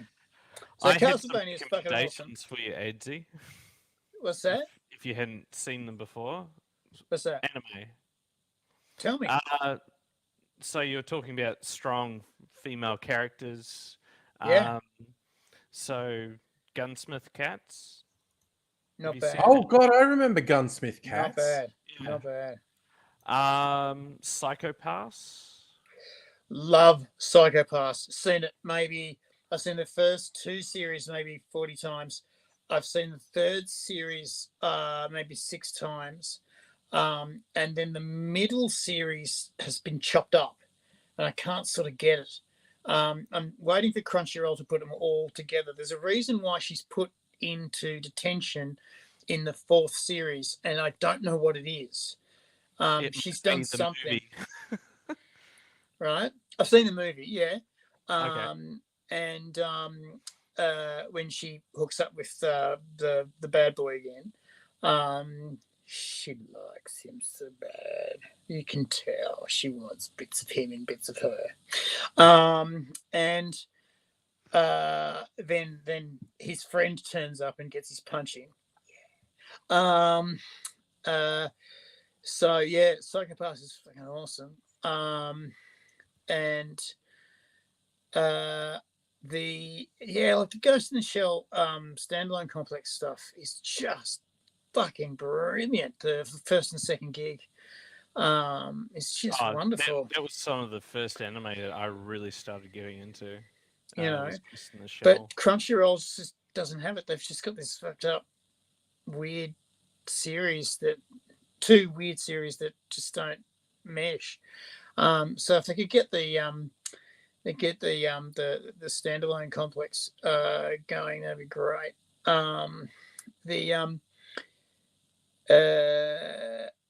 What else? Battle Angel Elite is a bit. Yeah, it's a little bit. The manga? No, I haven't read the manga at all. It's need huge. to read the manga. Yeah. Yeah. Okay. It's, it gets really weird and wild. Yeah, it would. And it still has that shonen flavor to it as well. So it can get basic, but I mean, they all do. I just finished Elite, Classroom of the Elite, and it surprised me. I thought it was just going to be another high school piece of shit, but it wasn't. It was very clever, and the main character, the twist at the end, really freaked me out. Actually, obviously, it's set up for the second season where we find out more about him. And there's what's the other one that was set up for the next season?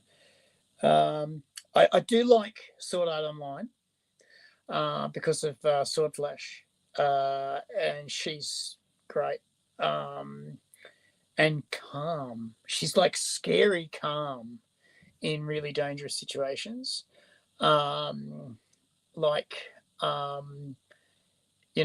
shit is going down and she's going in with her man to fucking hit him with a sword flash. He's double-handed and she's fucking hitting him with one stick, and it's not okay for the bad guy. The stories have been different enough. I liked Gun Gale Online arc. I really liked that. Because again, he meets a woman who has problems, but she gets past them, and then the last one is fucking odd when they're on the turtle and he's poisoned and they have to take him and put him in the. That was that girl that the shield. She put everything into defense. I've forgotten the name of it. That was really fun. Watching Yeah. that Yeah, and they basically they have to put him in the manicuboid to save his life, and he gets stuck in there for 200 years. Anyway, sorry, Ozzy. Sorry, no. I was going to. I'm going to try and capture someone who thinks he's a vampire in this game. I've tried to do this before. So this is Red Dead Redemption 2. And there's a dude who looks like Nosferatu, thinks he's a vampire. I'm going to try and capture him. And I've failed miserably before. But I want you all to watch. I'm going to try and lasso this guy. See, he's down there killing someone. Nice. Ah, you found me. Of course I found you. You're sitting there being Nosferatu. What the fuck did you expect? Hey, what are you doing?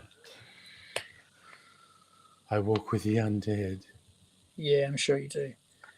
Yeah. Okay. Because I want to capture him. Because if you capture him, it's very fucking weird. Don't worry, I'll only take a small amount. So antagonize him. You're a goddamn idiot.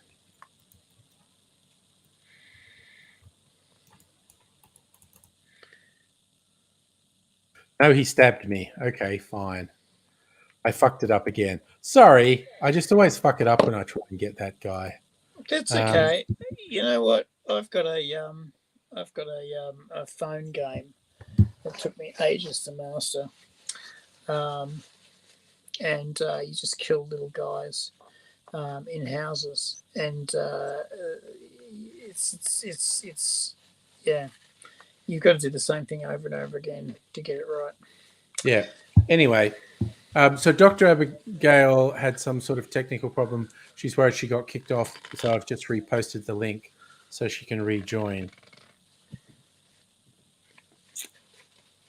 But yeah, sorry, I just completely interrupted the train of thought because I had that running in the background. And, oh my god, it's the vampire in the back alley, and it's trying to do it on the laptop. Man. The controls are really fucked.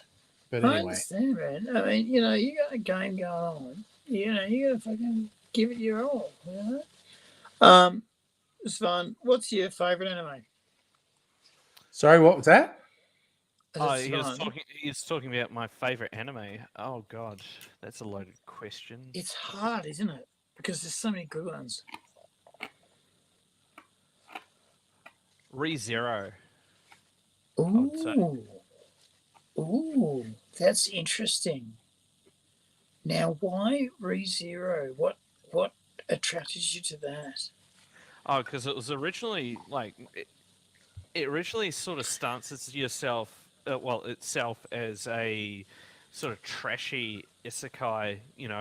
I've been teleported into another world, and then it goes into this psychological thriller type anime, and I was just like, oh, this is new. So I have recovered from that panic attack. I'm glad. So I'm just going to hang out in the told chat. That my version of extreme is a little more than other people's version of extreme, so I'm going to be less extreme. Yeah. Okay. So I don't know what happened, but for some reason StreamYard just kicked me out of the stream. I didn't touch anything, so it must have been technical difficulties. I've done that so many times, but I think it was angry telling me to piss off. My shirt has the pin layout for RJ45, which is pretty cool. And all the it is pretty cool. That is pretty cool. And over here is the plug specifications. Pretty cool. My favorite anime is Robotech. Controversial opinion to a lot of Old anime school. fans, but I don't care. No, Robotech is great. I love is great. Robotech. I love it. I like goes through Invasion. I've even got the role-playing game. We used to play a lot of Invid Invasion. Id Invasion is fucking awesome. Id Invasion is fucking awesome. Invid Invasion. The role-playing game was so awesome to play back in the 80s and 90s. When it was after the Robotech Masters and then the Invid, and then there was like gonna be a Robotech 2, but it got canned. Yeah. With the Robotech Expeditionary Force. But did you ever see ID Invaded? Okay, so it's about a detective. I can't. Okay, but I came on here just to say I can't come on here. And leave because you need to chill out. Yeah, I'm. Yeah, I had a panic attack after that conversation, and just yelled at the cat for no reason, and then happens. Yelled at the world for no reason, and I've taken a medicated lozenge / benzo, and now I'm gonna just hang out and chat. So, all right, Navia Melanin, live peace and prosper. Live long, I'll prosper. see you in chat. I'll make alrighty. figures. There you go. All good. There you go. Look, I can do that. Peace and long life. Nice talking to you, Abigail. Have you seen ID Invaded? No. So, okay, it's a detective story. And what happens is these individuals wake up in a world, right? And they go, okay, this person is dead, but that doesn't matter. I've got to find out why this person is dead because I am the great detective. And you go, this is weird. And it starts very weird.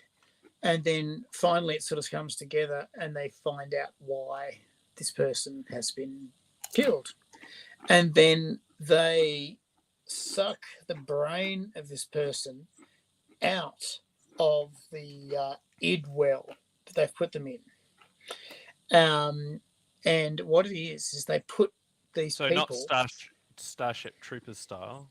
No, it's like they put these people into the consciousness of the killer. And there's someone in there helping them find out who, like that Angry is just sitting there fascinated by this anime while munching on some snacks. Well, of course, he would. He'd have to. They put them into the consciousness of the killer, and they've got to work out what is going on. And the team finds out through clues that they can pick up in the id of this killer what's going on. And to be a great detective, you've got to be a killer yourself.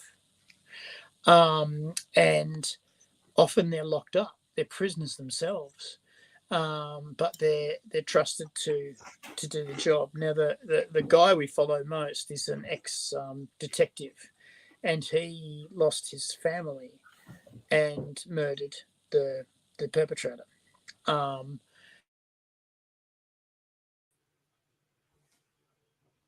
We've lost AG. Oh, AG disappeared. AG disappeared. That was weird. All right. I don't know. In all honesty, I might disappear. I don't know. It's like midnight. I was just thinking, I have this idea to mix. He's back, though. He's back. Wait, damn. There he is. Hi. Sorry. They have this. This guy has this bad habit of getting the criminals and talking them into killing themselves in the other cell. bad habit. And he gets told several times, stop doing this. Don't do this anymore. That's a very bad thing to do. He goes, yeah, I won't do it again. It turns out he's done it quite a bit.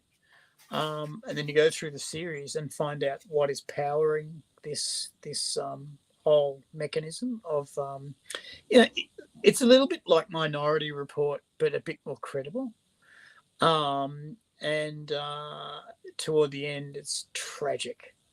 It's really fucking tragic because you find out who's actually doing all the work, and this person is just having a miserable time. Anywho, it's really, really good. It's really, really fascinating, and it's well worth a look. Beyond that, Arjun, Demi-Human. Have you ever heard of that? I haven't heard of AJIN. that one. Brilliant. Totally brilliant. I think you'd enjoy like that. You need to make your list. It does, doesn't it? It does. Arjun is on Netflix if you've got access. Yep, I've got Netflix. So AJIN. That's all you need to type in. And in fact, I would suggest watch that first. You've already seen Psycho Pass, so you've got a real good idea of the attitude. It delves into the human condition really, really well. There's my dirty secret, and what do they call it? Guilty pleasure is Sidonia, Knights of Sidonia. Have you ever heard of that? Sorry, which one? Knights of Sidonia. It's a Crunchyroll. It's a guilty pleasure. It's a mech based thing, and they go off and fight the monsters. I don't like mech too much. Yeah, but you really do concentrate on the people more than the mech. The mech is just the machine. The people are the one driving the mech, and the monsters are pretty actual, as in they aren't just men in suits. They're pretty frightening. So that's pretty cool. That's about all I've got for you. I will obviously see more. I'm watching this thing about vampires at the moment, which has really got to pick up soon or it's gone. I usually give animes 5 shows. I got told once give them 3, but I usually give them 5 shows to show me what they've got. I had to give Psycho Pass 5 shows before I started getting into it, and the second season. It does depend. Yeah, it does, doesn't it? I mean, obviously I get into boy love stuff as well, but that's just me. You can find that at your own leisure.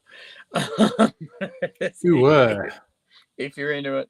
Oh, it's so innocent. It's so innocent. It's Easy. I got a question. What artist do you think is behind me? I'm staying at my parents' place at the moment. Okay. I can't really see. I can't really see. I can actually throw in a picture of it into chat if people want to have a look. To chat. Okay, I'll go and have a look at chat.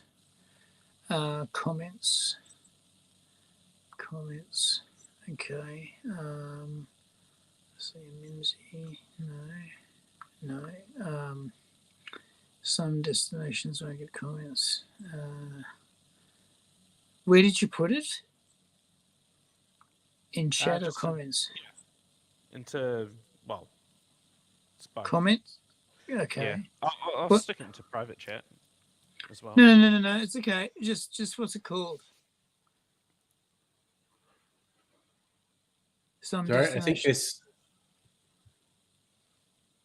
It might be the case that YouTube's decided to not post that link. So have a look at private. Oh yeah, no. If you try and post a link in comments, it won't. Oh, here we appear. go. Chat Yeah. 1. There you go. There it is. There it is. Okay, found it. Magic of the internet. Please whitelist on your ad blocker to continue.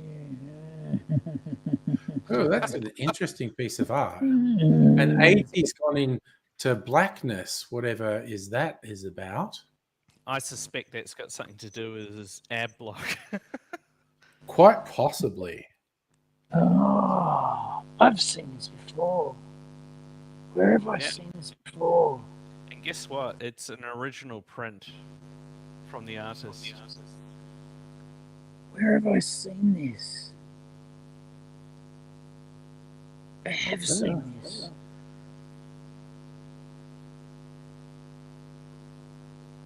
No, I can't place it.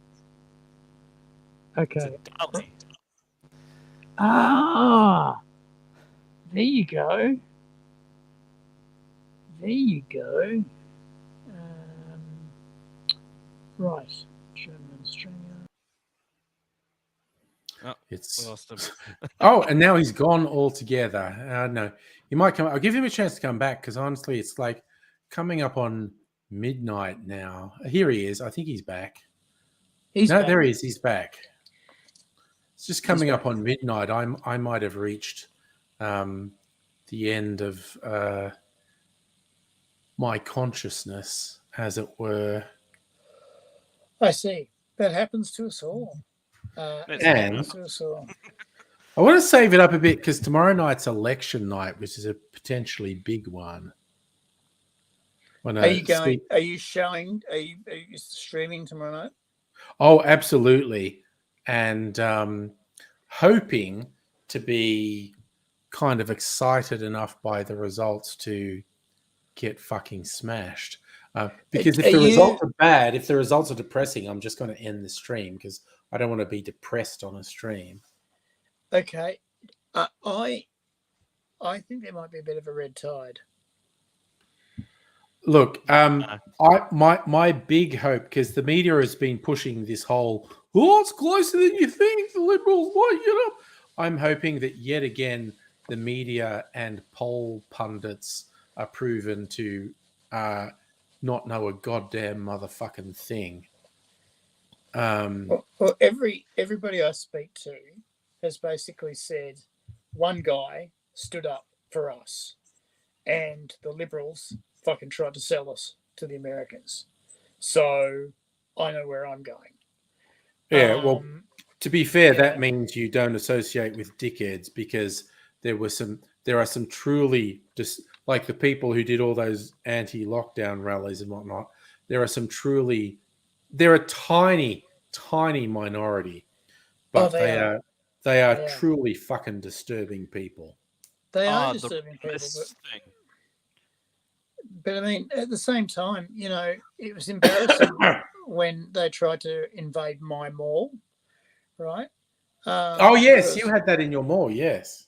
Because they assembled in the park out the back of the mall, right? And the cops turned up, and there were more cops than there were protesters, and there were people behind the cops yelling things at the protesters, and the cops were going, "It's okay, guys, we've got it. Okay, guys, we've got this. Guys, we've got this. You don't have to be here. Please don't be here." And the people sort of stepped back a little bit and said, "Well, do what you want to do." And one of the cops went up to the protesters and had a chat, and all the protesters filed out in line to get out of the park. They were a little bit scared, I think. They were basically told, you know, if you try and get in this fucking wall, they're going to fucking rip you apart. There are some people who want to fuck you up here. You know, I had a nurse who was an anti-vaxxer. I couldn't believe it. She was drawing blood, not giving me vaccine. She's drawing blood, and she was an anti-vaxxer. And I thought, how are you a nurse? I don't understand. You have to vax or you're going to get fired. And her big thing was, oh, well, I don't know what's in it, and I don't know what the long-term effects are. And I said, I know what's in it. I've seen video footage of what's in it. I know how it works. They've been using the spikes as faulty spikes to trigger a reaction. Yeah. But it's like, it really frustrated me that, I don't know what's in it. Things like, you don't know what the fuck is in the sandwich you're eating. You don't know what additives are in there. You don't know what the long-term effects of the things that are in that thing. Fuck you. And yeah, there's a lot of that. There's really a lot of that. I am stunned. She takes Panadol.